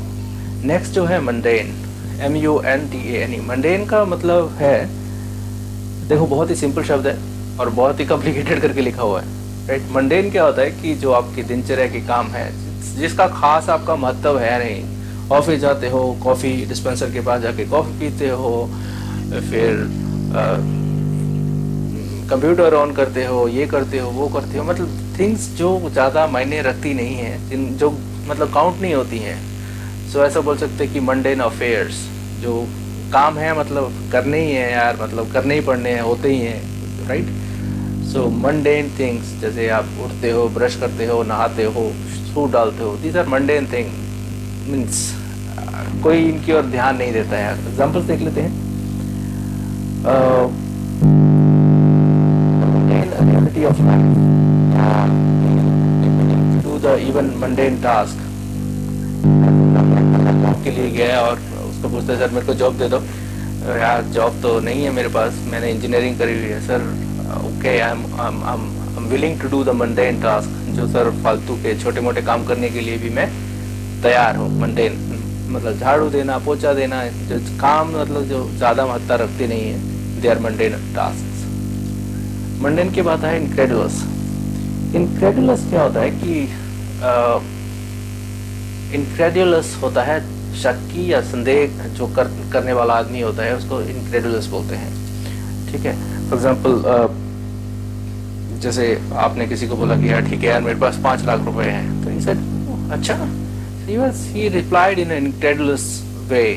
और या किसी को आपने बुलाया तो ही smiled in a very incredulous way, right? तो वो मतलब एक संदेहात्मक हंसी टाइप हंसा, मतलब उसको आप इनक्रेडुलस बोल सकते हैं। कल्मिनेट क्या था ना कि किसी चीज की जब समाप्ति होती है तो उसको कल्मिनेशन बोल सकते हैं। आपने कोई प्रोजेक्ट स्टार्ट करा था, वो कल्मिनेशन पे आ गया है, उसका अंत समय नजदीक आ गया है, उसको कल्मिनेट बोलते हैं। या और कोई चीज अपनी शिखर पे पहुंच गया है, उसको एक कल्मिनेशन बोल सकते हो, राइट? या हाईएस्ट पॉइंट पे पहुंच गया है, जितना हो सकता है पराकाष्ठा पर पहुंच गया है, उसको आप कल्मिनेशन बोल सकते हैं। कॉम्पिटेंस बहुत ज़्यादा यूज होता है शब्द। कॉम्पिटेंसेस क्या होती हैं कि आपकी जो क्षमता है, योग्यता है, पात्रता है, उसको कॉम्पिटेंसेस बोलते हैं। रिज्यूम पे अगर आप रिज्यूम्स बनाते रहेंगे तो आप मोस्टली इस शब्द का प्रयोग करते हैं कि कॉम्पिटेंसेस क्या है। सर मेरे को जॉब चाहिए, ठीक है यार मैं तेरे को जॉब देता हूँ, but what are your competencies?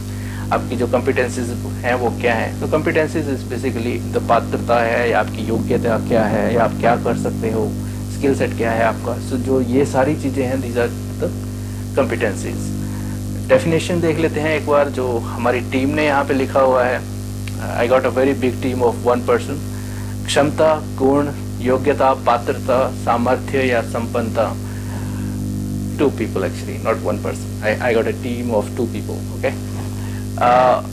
The quality of being competent, adequacy, possession of required skill, knowledge, qualification, or the capacity.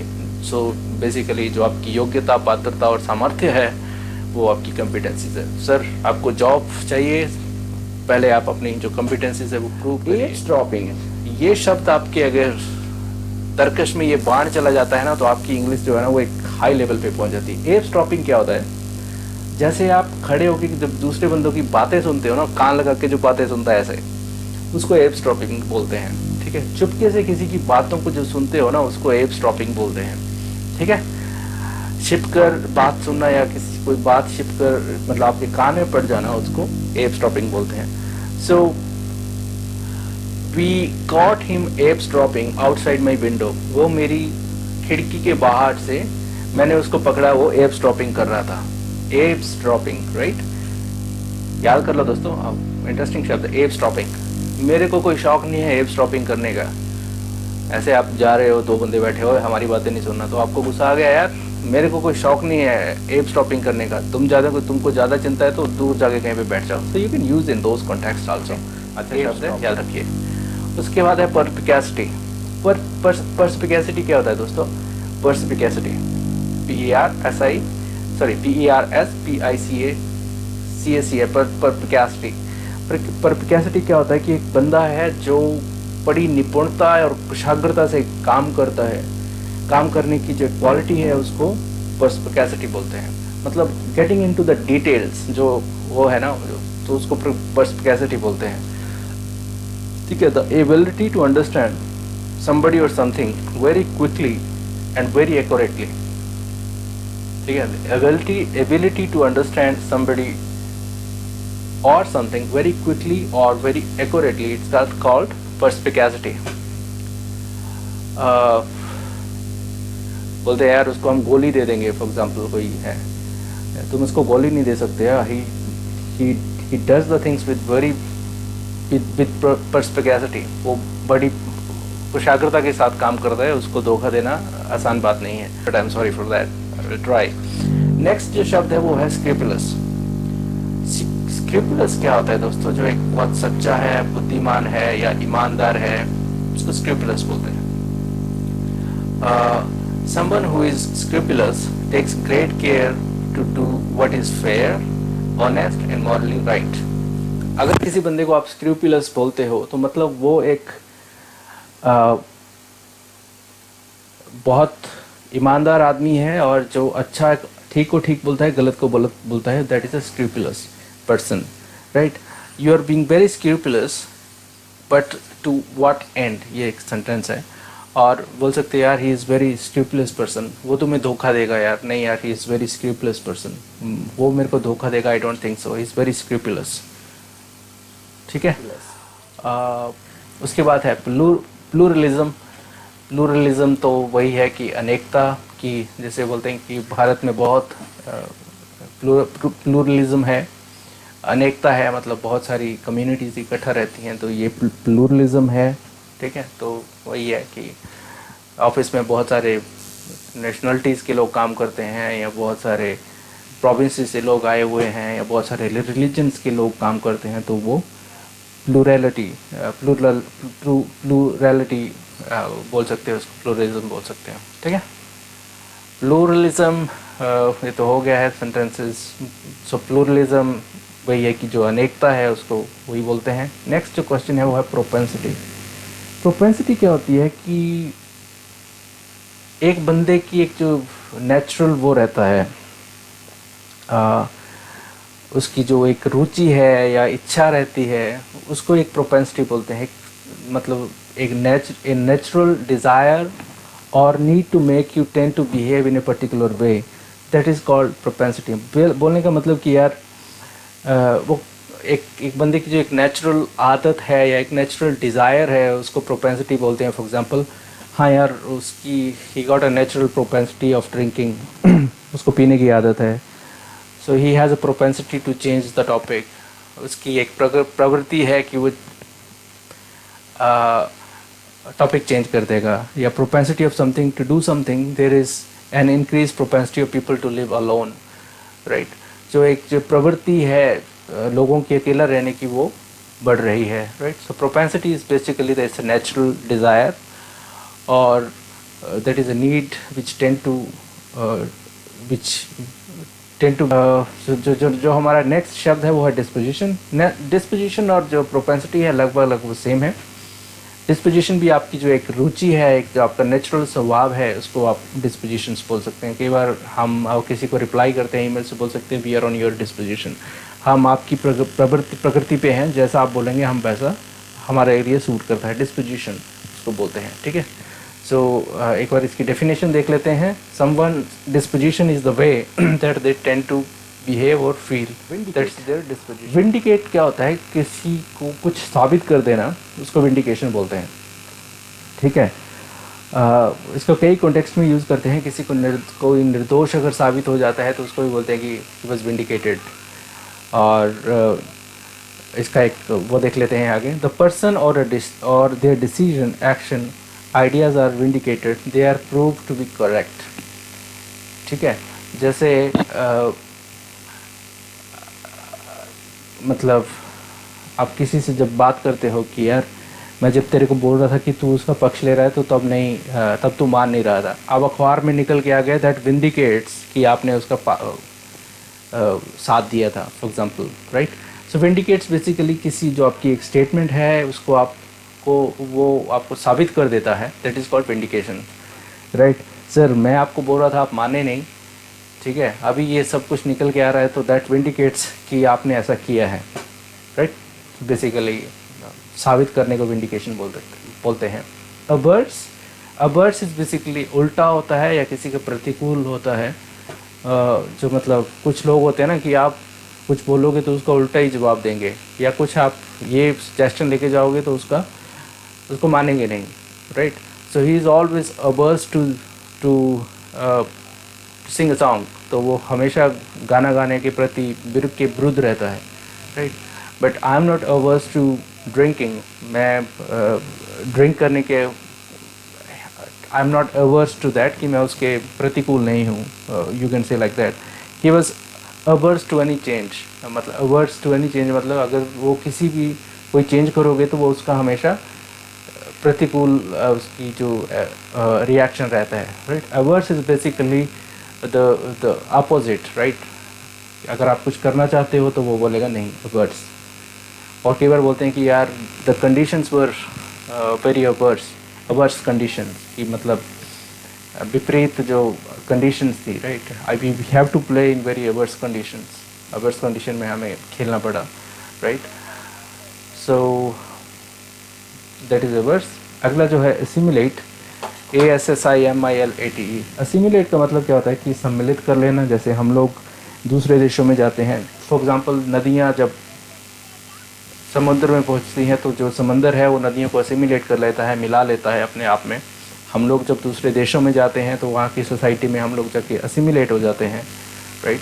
कोई बाहर के देश का बंदा हमारे ऑफिस में आके काम करता है तो we assimilate them with the culture, तो वो हमारे साथ मिलजुल के रहते हैं। जो मिलजुल के और सम्मिलित करना है उसको असिमिलेशन बोलते हैं। एग्जाम्पल्स नहीं पढ़ूंगा मैं, बट एक देख लेते हैं। His family tried to assimilate into the white and Hispanic communities। Basically वही है, दो कम्युनिटीज़ को आपस में मेल जोल की बात कर रहा है इसमें। रिगर्जिटेट, ठीक है। रिगर्जिटेट क्या होता है? रिगर्जिटेट का एक तो मतलब है जैसे आपको खाना खा रहे हो, आप उसकी उल्टी कर देते हो, दैट इज़ रिगर्जिटेट, राइट। एक रिगर्जिटेट क्या होता है कि जैसे थोड़ा इसकी डेफिनेशन देख लेते हैं।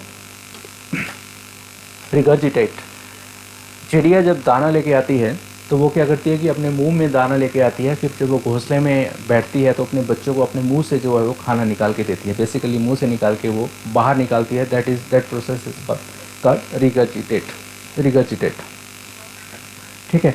या बच्चों को आप खाना खिलाते हो, वो रिगर्जिटेट कर देते हैं, मतलब वो उसको पचा नहीं पाते हैं, राइट, या उसको सॉलो नहीं कर पाते हैं तो throw it back, that is called regurgitate. यहाँ कई बार आप क्लासेस में हो एंड आपके टीचर ने कुछ बोल दिया, आपको समझ नहीं आया तो sir could you please regurgitate once again, I could not understand or something, मेरे को समझ नहीं आया, एक बार आप रिगर्जिटेट कर देंगे तो बहुत मेहरबानी होगी सर आपकी। फिर वहाँ से डंडा निकालेगा और बोलेगा यार ध्यान कहाँ है तुम्हारा, तेरा ध्यान किधर है, राइट। सो रिगर्जिटेट, चिड़िया दाना जब खिलाती है दैट प्रोसेस इज रिगर्जिटेट। बच्चा जब मुंह से दूध निकाल के बाहर फेंकता है या खाना बाहर निकाल देता है, that is also called regurgitate. किसी को आप कोई चीज़ दोबारा करने को बोल रहे हो, रिक्वेस्ट कर रहे हो, दैट इज़ आल्सो रिगर्जिटेट। उस कॉन्टेक्स्ट में भी यूज़ कर सकते हैं हम लोग, ठीक है। चलिए उसके बाद है क्वेस्ट, QUEST। क्वेस्ट होती है तलाश, खोज, परीक्षा या इच्छा। तो भगवान बुद्ध जो हैं वो सत्य की तलाश में जंगल में चले गए. Buddha went to jungle in the quest of truth, तो वो बोल सकते हैं. या they went to the mountain, they went to the jungle for in quest of finding the treasure, वो खजाना ढूंढने के लिए जंगल में चले गए. तो जो तलाश है उसको क्वेस्ट बोलते हैं. और डेफिनेशंस देख लेते हैं टीम ने क्या लिखी है. A long search of something specially for some qualities such as happiness, right? My quest of diamonds, my quest for better life. तो जो आपकी ये खोज है उसको quest बोलते हैं. ठीक है.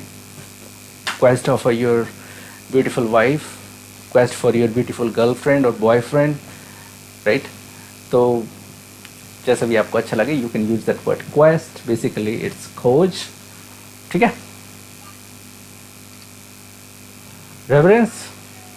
रेवरेंस होती है जैसे आपकी किसी के प्रति जो श्रद्धा है उसको आप रेवरेंसेस बोलते हैं. जैसे I have reverences to my God, I have reverence towards my teachers, I have reverence towards my parents, I have reverence towards my company. जो एक श्रद्धा है आपकी उसको आप रेवरेंसेस बोलते हैं, रेवरेंस बोलते हैं. Okay. Reverence for the human life. I close my eyes in reverence. मैंने श्रद्धा में अपनी आंखें बंद करी. सो श्रद्धा जो है आपकी वो रेवरेंस है. इंसिन्यूएट क्या होता है कि आप इशारा करते हो या मतलब आप संकेत करते हो. बेसिकली आप डायरेक्टली नहीं बोलते हो. फॉर एग्जांपल आप कमरे में चले गए एक बंदे के साथ खड़े हो and his body is smelling. तो आप उसको नहीं बोल रहे हो but you are trying to, आपका नाक बंद कर रहे हो, कभी कुछ कर रहे हो, तो यू आर ट्राइंग टू इंसिन्यूएट कि कुछ तो उसकी जो बॉडी से स्मेल आ रही है. That is one kind of insinuate. दूसरा इंसिन्यूएट क्या है कि जब आप किसी के माइंड में कोई डाउट डाल देते हो उसको भी इंसिन्यूएट बोलते हैं.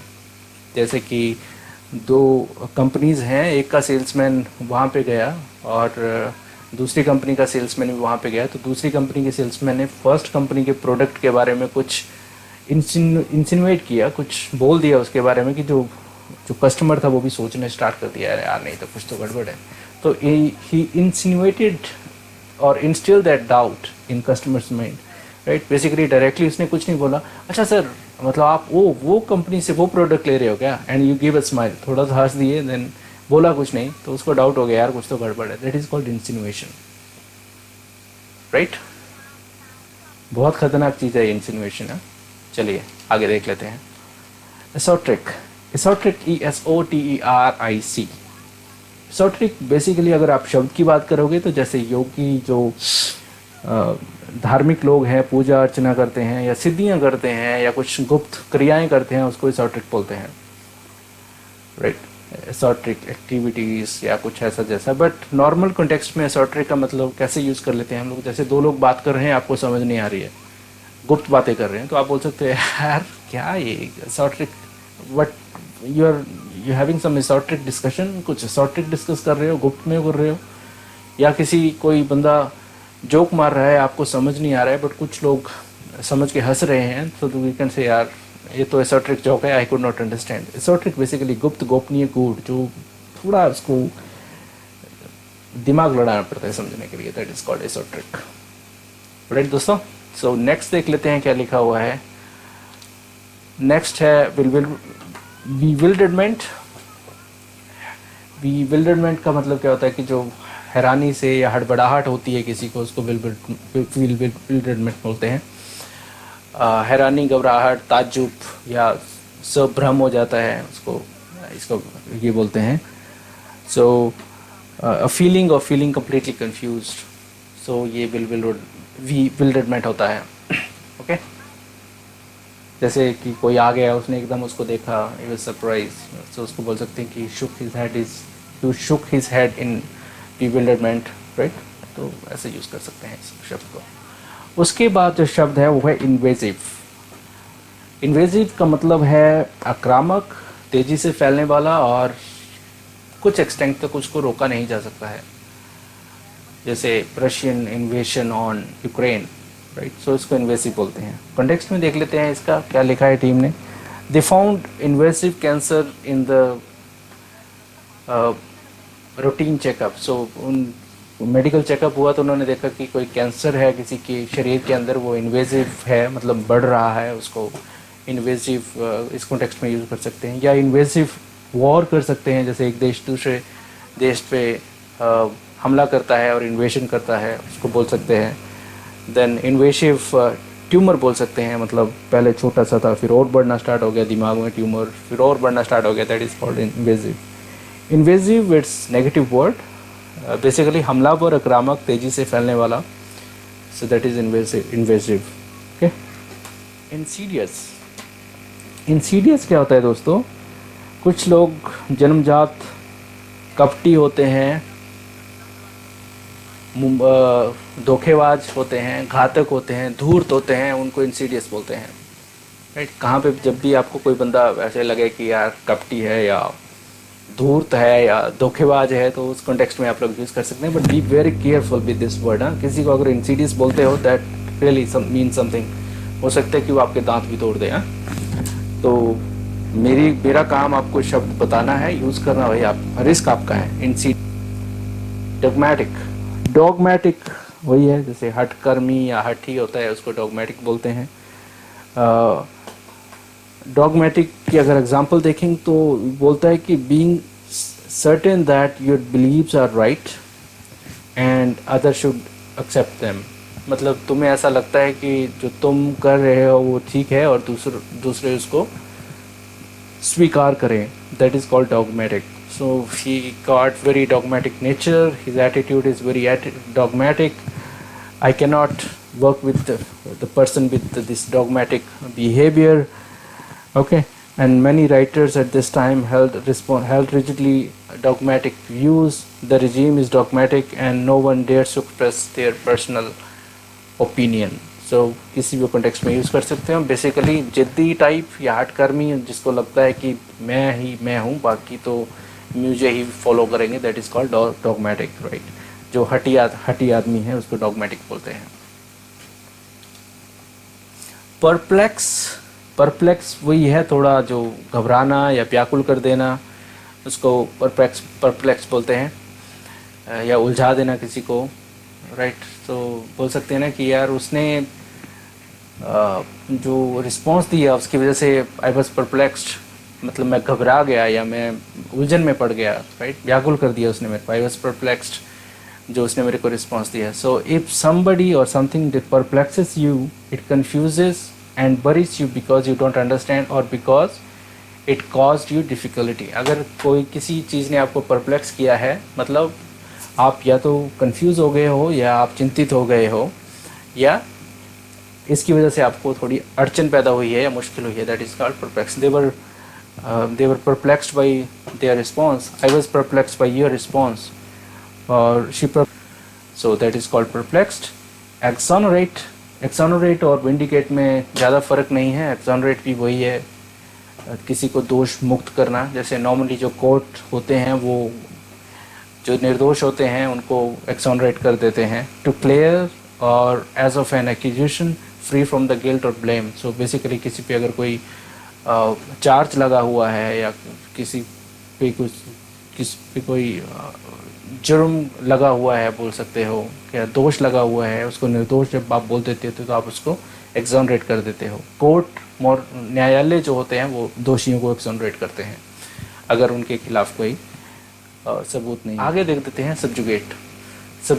सब्जुगेट क्या है ना दोस्तों, कि किसी को पराजित करना या अधीन करना, उसको सब्जुगेशन बोलते हैं, सब्जुगेट बोलते हैं।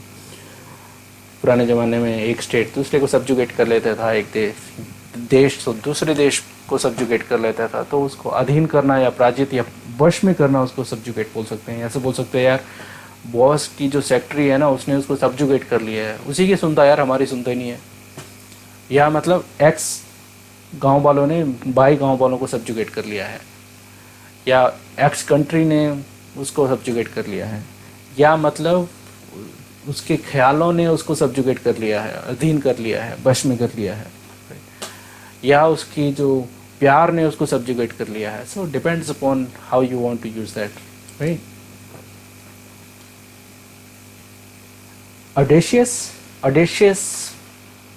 ऑडेसिटी सुना होगा आपने, जो बंदा थोड़ा साहसी है, या निडर है, निर्भीक है, उसको ऑडेशियस बोलते हैं, ऑडेशियस या विलिंग टू टेक रिस्क। जो बंदा यार बोलते हैं ना यार वो बंदा बड़ा ऑडेशियस है यार, he is also always willing to take risk. Extravagance का मतलब होता है कि जो फिजूल खर्ची होती है उसको एक्स्ट्रावेजेंस बोलते हैं। EXTRA, V for victory, VANGANCE। एक्स्ट्रावेजेंस जो फिजूल खर्ची है, अपव्यय, असंयम, फिजूल खर्ची, अतिक्रम, उसको एक्स्ट्रावेजेंस बोलते हैं। तो अगर आपसे पूछता है कि आपकी एक्स्ट्रावेजेंसेस क्या हैं, यार मेरे को घोड़ों की दौड़ देखने का बड़ा शौक है, दैट इज़ योर फिजूल खर्ची, दैट इज़ योर एक्स्ट्रावेजेंस, राइट।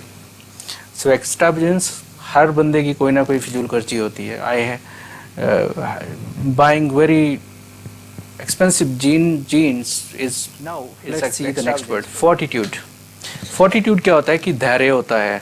धैर्य जो दृढ़ता या पौरुष या मुश्किल काम में जो आप मतलब आप अपने आप को संभाले रखते हो, धैर्य रखते हो, उसको fortitude बोलते हैं। For example through out his illness he showed a great fortitude। मतलब जब वो बीमार था तो उसने बहुत धैर्य शो किया, मतलब राइट, मतलब बीमार भी था फिर भी उसने एक एटीट्यूड रखा हुआ था, एक धैर्य रखा हुआ था, मतलब सबसे अच्छी से बात करता था। He showed the fortitude to the people who were going to meet him.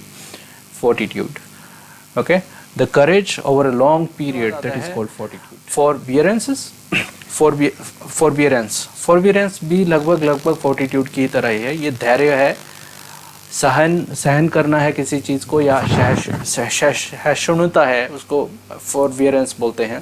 For example corona काल में इतना सारा बुरा टाइम आया, राइट, तो कंपनीज में बहुत उतार चढ़ाव आए, बिजनेस अच्छे नहीं थे, राइट, एम्प्लॉइज़ को आप जो मालिक थे कम सैलरीज दे पाए because they were not also doing a good business, right.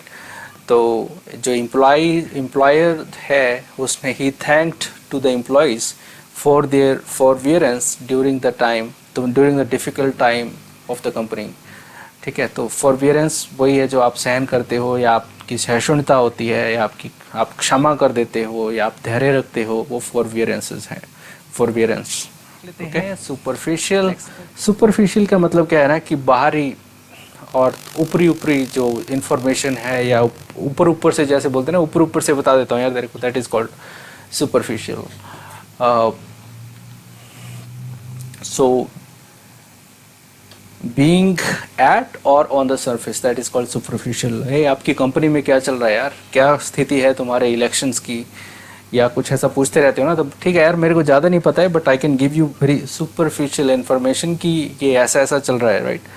या सुपरफिशियल बोन्ड मतलब घाव, ऊपरा सा घाव है, या एक सुपरफिशियल मेजरमेंट है, बोलते हैं ना यार मोटा मोटा माप के बताओ मेरे को क्या है, तो that is a superficial measurement.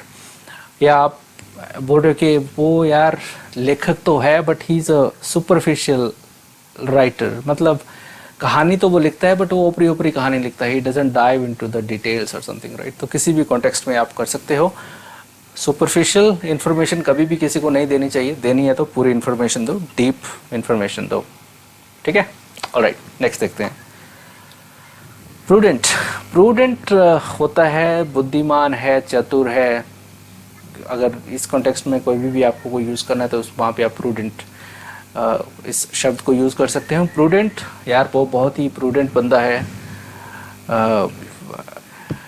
या आपने जो डिसीजन लिया वो बहुत ही प्रूडेंट डिसीजन है, ठीक है। तो बेसिकली जो कुछ भी चतुर या बुद्धिमत्ता से रिलेटेड कुछ भी कॉन्टेक्स्ट में बात आती है तो वहाँ पे आप प्रूडेंट यूज़ कर। Prudently he said that the decision was very prudent and I don't think so कि it's going to be he took very prudent decision।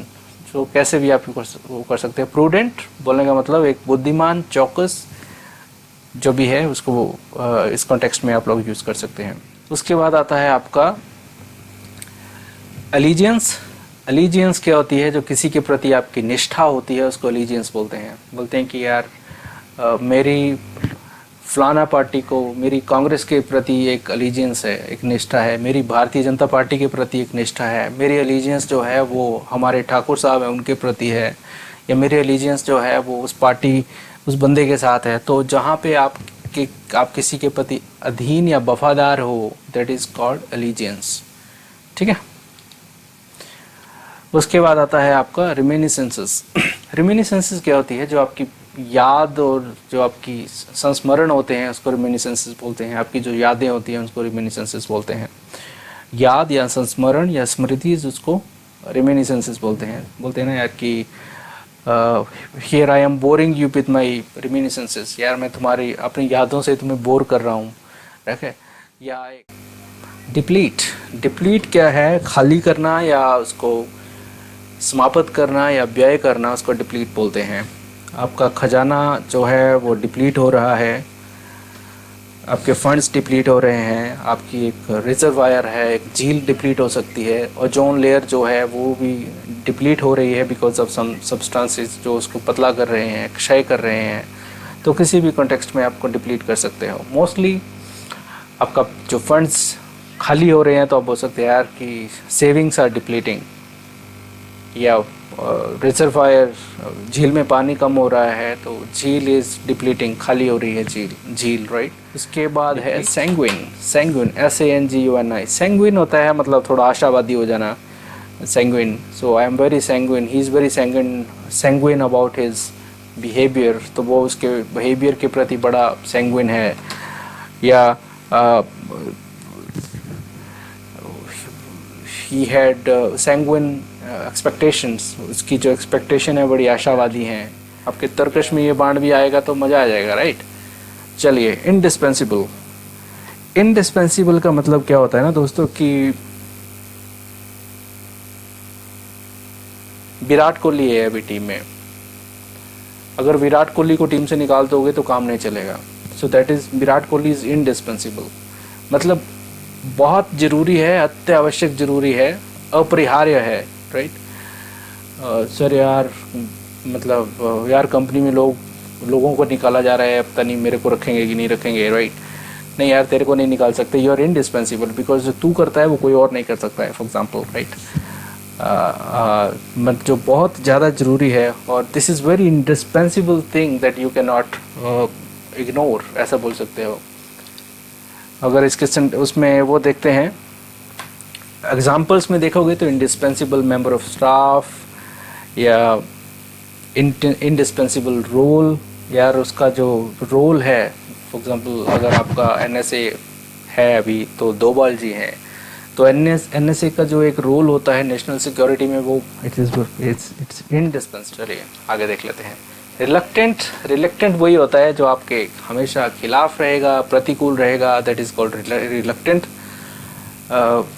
जैसे भी आप किसी को कुछ आइडिया लेके जाओगे तो वो हमेशा कुछ अगेंस्ट में ही बोलेगा, तो ऐसा बोल सकते हो कि यार whenever I go to him he's always reluctant towards my idea.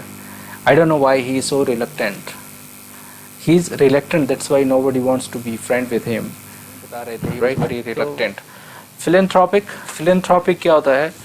जो बंदा मतलब लोक हितैषी होता है, परोपकारी होता है, गरीबों को सामान बांटता है, ज़रूरतमंदों को चीज़ें देता है, बंदे की बात नहीं कर रहा हूँ। Philanthropic is it's a process और इट्स एक्टिविटी राइट।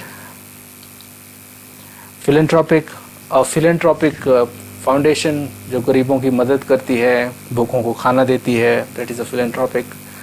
या philanthropic person or organization freely gives money or other helps to the people who need it, जो लोगों की सहायता करती हैं, जो philanthropic होता है। philanthropic बेसिकली लोक कल्याण के लिए जो कोई काम करता है या काम होता है उसको philanthropic बोलते हैं। चलिए आगे का शब्द देख लेते हैं क्या है। आगे है resuscitate। पुनर्जीवित करना। पिछले साल जापान के जो एक टाइम में प्राइम मिनिस्टर थे शिंजो आबे, उनको गोली लगी और अंत में उनकी मृत्यु हो गई। तो गोली लगने के बाद क्या होता है कि जब वो ज़मीन पे गिरते हैं तो जो फिर उसको हॉस्पिटल में लेके जाता है, तो जो हॉस्पिटल में डॉक्टर क्या करते हैं कि उनको अभी वो अचेत हैं, ठीक है, तो फिर उसको कुछ ना कुछ मशीनों पे डाल के या कुछ मेडिकल ट्रीटमेंट दे के उनको रिससिटेट करने की कोशिश कर रहे हैं, उनको जिंदा करने की कोशिश कर रहे हैं। आपने देखा होगा किसी को हार्ट अटैक हो जाता है कभी कई बार, तो वो तो बेहोश हो गया है, तो कुछ लोग आके उनको हार्ट को दबाते हैं जोर जोर से, रिससिटेट करने की कोशिश करते हैं, उनको पुनर्जीवित करने की कोशिश करते हैं, उसको रिससिटेट बोलते हैं। ठीक है, रिससिटेट मनुष्यों के कॉन्टेक्स्ट में तो यूज करते ही हैं, बट कोई टॉपिक है या कोई बात थी जो खत्म हो गई है, कोई आके किसी ने फिर से उसको स्टार्ट कर दिया है, तो बोलते हैं ना, don't resuscitate this topic once again. हमने बहुत ज्यादा डिस्कशन किया है इस पे और अभी इस पे डिस्कशन करने का कोई जरूरत है नहीं। सो that is called resuscitate. Basically resuscitate होता है, पुनर्जीवित करने को रिससिटेट बोलते हैं। या जो आपकी एक इकोनॉमी है उसको रिससिटेट करना बहुत जरूरी है, अदरवाइज नेशनल जो है एक डिजास्टर में चला जाएगा। उस कॉन्टेक्स्ट में भी आप इसको यूज कर सकते हो। पुनर्जीवन किसी को भी देना, उसको रिससिटेट के साथ। ऑब्ट्यूजनेस, बरदराज एक मंदबुद्धि बालक था। बचपन में कहानी पढ़ी है क्या? ऑब्ट्यूजनेस क्या होती है? जड़ता, मंदबुद्धिता, मंदता, उसको ऑब्ट्यूजनेस बोलते हैं। मतलब आपको किसी चीज को ना समझने की जो आपकी क्वालिटी है, मंदबुद्धिता है, उसको ऑब्ट्यूजनेस बोलते हैं। कई बार आप सॉरी तो बोलते ही हो, किसी को बोलते हैं यार sorry, please forgive me for my obtuseness, मेरी मूर्खता के लिए मुझे माफ कर दीजिए। ऑब्ट्यूजनेस या ऑब्ट्यूजनेस, ठीक है, OBTUSENESS, ऑब्ट्यूजनेस, ऑब्ट्यूजनेस। चलिए आगे का शब्द देख लेते हैं। उसके बाद आता है एक्सट्रावजेंस। एक्सट्रावजेंस तो हमने पढ़ा था, जो फिजूल खर्ची है, महंगी महंगी चीजें खरीदते हो, दैट इज योर एक्सट्रावजेंस। एक्सट्रावजेंस हो गया। देन उसके बाद आता है प्लॉजिबल। प्लॉजिबल का मतलब होता है कि आपको कोई बंदा कुछ चीज बोल रहा है, बट आपको पता नहीं है कि सच हो भी सकती है, सच नहीं भी हो सकती है, राइट? बट बंदा जो आपको बोल रहा है और आपको लग रहा है कि ये मुमकिन हो सकता है या सच्चा हो सकता है, तो आप उसको बोल सकते हैं, हाँ यार जो तुम बोल रहे हो that seems like a plausible, लगता है कि सच है, ठीक है, जेन्युइन लगता है, सच्चा लगता है, दैट इज कॉल्ड प्लॉजिबल। ठीक है, seems liking to be true और able to be believed, plausible explanation, plausible salesperson, plausible person appear to be honest by telling the truth even it is not. Okay? Distraught का वही है कि व्याकुल हो जाना और परेशान हो जाना, उसको डिस्ट्रॉट बोलते हैं। जैसे कि जज ने कोई डिसीजन दिया और उसके पक्ष में नहीं आया तो ही गॉट डिस्ट्रॉट, या किसी चीज की कोई एक्सपेक्टेशन कर रहा था, उसको चीज वो नहीं मिली, ही गॉट डिस्ट्रॉट, राइट? तो इस कॉन्टेक्स्ट में आप लोग यूज कर सकते हो डिस्ट्रॉट को। कंपोजर क्या होता है? जो आपका संयम होता है, मानसिक आत्म संवरण होता है, उसको कंपोजर बोलते हैं। जो आपकी धैर्य है, शांति है, कंपोजर बोलते हैं उसको। आत्म संयम बेसिकली। तो कंप्लेन कर रहे हो आप अपने बॉस के साथ कि ऐसा ऐसा है सर, ये तो मैं अपना कंपोजर मेंटेन कर रहा हूँ, अदरवाइज मेरे को भी तो गुस्सा तो आता है, something, right? That is called composure. आपका जो संयम है, but don't take advantage of my composure. तो मेरा जो धैर्य है उसकी परीक्षा मत लो, उसका फायदा मत उठाओ, ओके? और he has a very great quality of great composure. उसकी जो धैर्यता है बहुत बड़ी उसकी क्वालिटी है। Composure, good composure is a very masquerade. Masquerade क्या है ना दोस्तों, कि जैसे आप गांव शहरों में कोने कोने पे कुछ देखते हो ना, कुछ डॉक्टरों की दुकानें बना रखी हैं। डॉक्टर हैं नहीं, बस पर डॉक्टर बन के दवाइयां दे रहे हैं। तो बेसिकली जो छद्म भेष बना के है, जो झूठा है बट कुछ बनने की का नाटक कर रहा है या कोशिश करता है, वो that is called masquerading. So बहाना या भेष, समांग या छद्म भेष। He masqueraded as a doctor and fooled everyone. जैसे फिल्मों में दिखाते ना, वो डॉक्टर का कोट शोट डाल के जाता है ऑपरेशन थिएटर में और जो हीरो होता है उसको मारने की कोशिश करता है। So he masqueraded as a doctor and fooled everyone. तो उसने डॉक्टर की तरह वेश बनाया और he try to kill somebody in the hospital, ठीक है? सो मैस्क्यूरेट, ओके? सो बोलने में कितना अच्छा लगता है ना, मैस्क्यूरेट। ठीक है, मैस्कुरेट, भेष बदलना या किसी को भेष बदल के मूर्ख बनाना, दैट इज कॉल्ड यूबिक्वस। यूबिक्वस, यूबिक्वस क्या होता है ना, सर्वव्यापक, जो हर जगह पे मिल जाता है उसको यूबिक्वस बोलते हैं। राइट, एक तो भगवान सर्वव्यापी है, उसको यूबिक्वस बोलते हैं, बट कुछ चीजें जैसे चीनी है वो यूबिक्वस है, अभी हर जगह पे मिल जाती है चीनी। Right, social media is ubiquitous now, Facebook हर कहीं पे मिल जाती है, इंटरनेट इज यूबिक्वस नाउ, हर जगह पे मिल जाता है, so that is called ubiquitous. चलिए अगला देख लेते हैं, डाइग्रेशन। डाइग्रेशन क्या होता है ना दोस्तों, की एग्जांपल के साथ समझाता हूँ कि कोई स्पीच दे रहा है, बहुत अच्छी स्पीच दे रहा है, तब एक बंदा सामने से आता है पर्ची के साथ, जैसे उसको एक पर्ची देता है और उसको पर्ची को पढ़ता है, तो बोलता है ठीक है, एक सूचना है, वहां पे एक गाड़ी खड़ी है, उसके ड्राइवर से अपील है कि वो गाड़ी वहां से ले जाए। तो बेसिकली जो डाइग्रेशन क्या है कि जो आपका एक विषय है उससे थोड़ा सो हटना होता है, विषय बदलना होता है, उसको आप डाइग्रेशन बोलते हो। ठीक है, सो जैसे आप स्पीच दे रहे हो, कुछ बीच में कुछ और डाइग्रेशन आ गई, ठीक है, कुछ और आपने टॉपिक स्टार्ट कर दिया, उसको डाइग्रेशन। एंटागनिस्ट, एंटागनिस्ट और जैसा भी आप बोलना चाहें, ANTAGONIST, एंटागनिस्ट बेसिकली आपका जो है वो प्रतिद्वंदी होता है, या आपका शत्रु तो नहीं बोल सकते पर आपका विपक्ष बोल सकते हो। तो आप बोल सकते हो कि मैं कभी अपने एंटागनिस्ट से हारा नहीं हूँ, I never lost to my antagonist,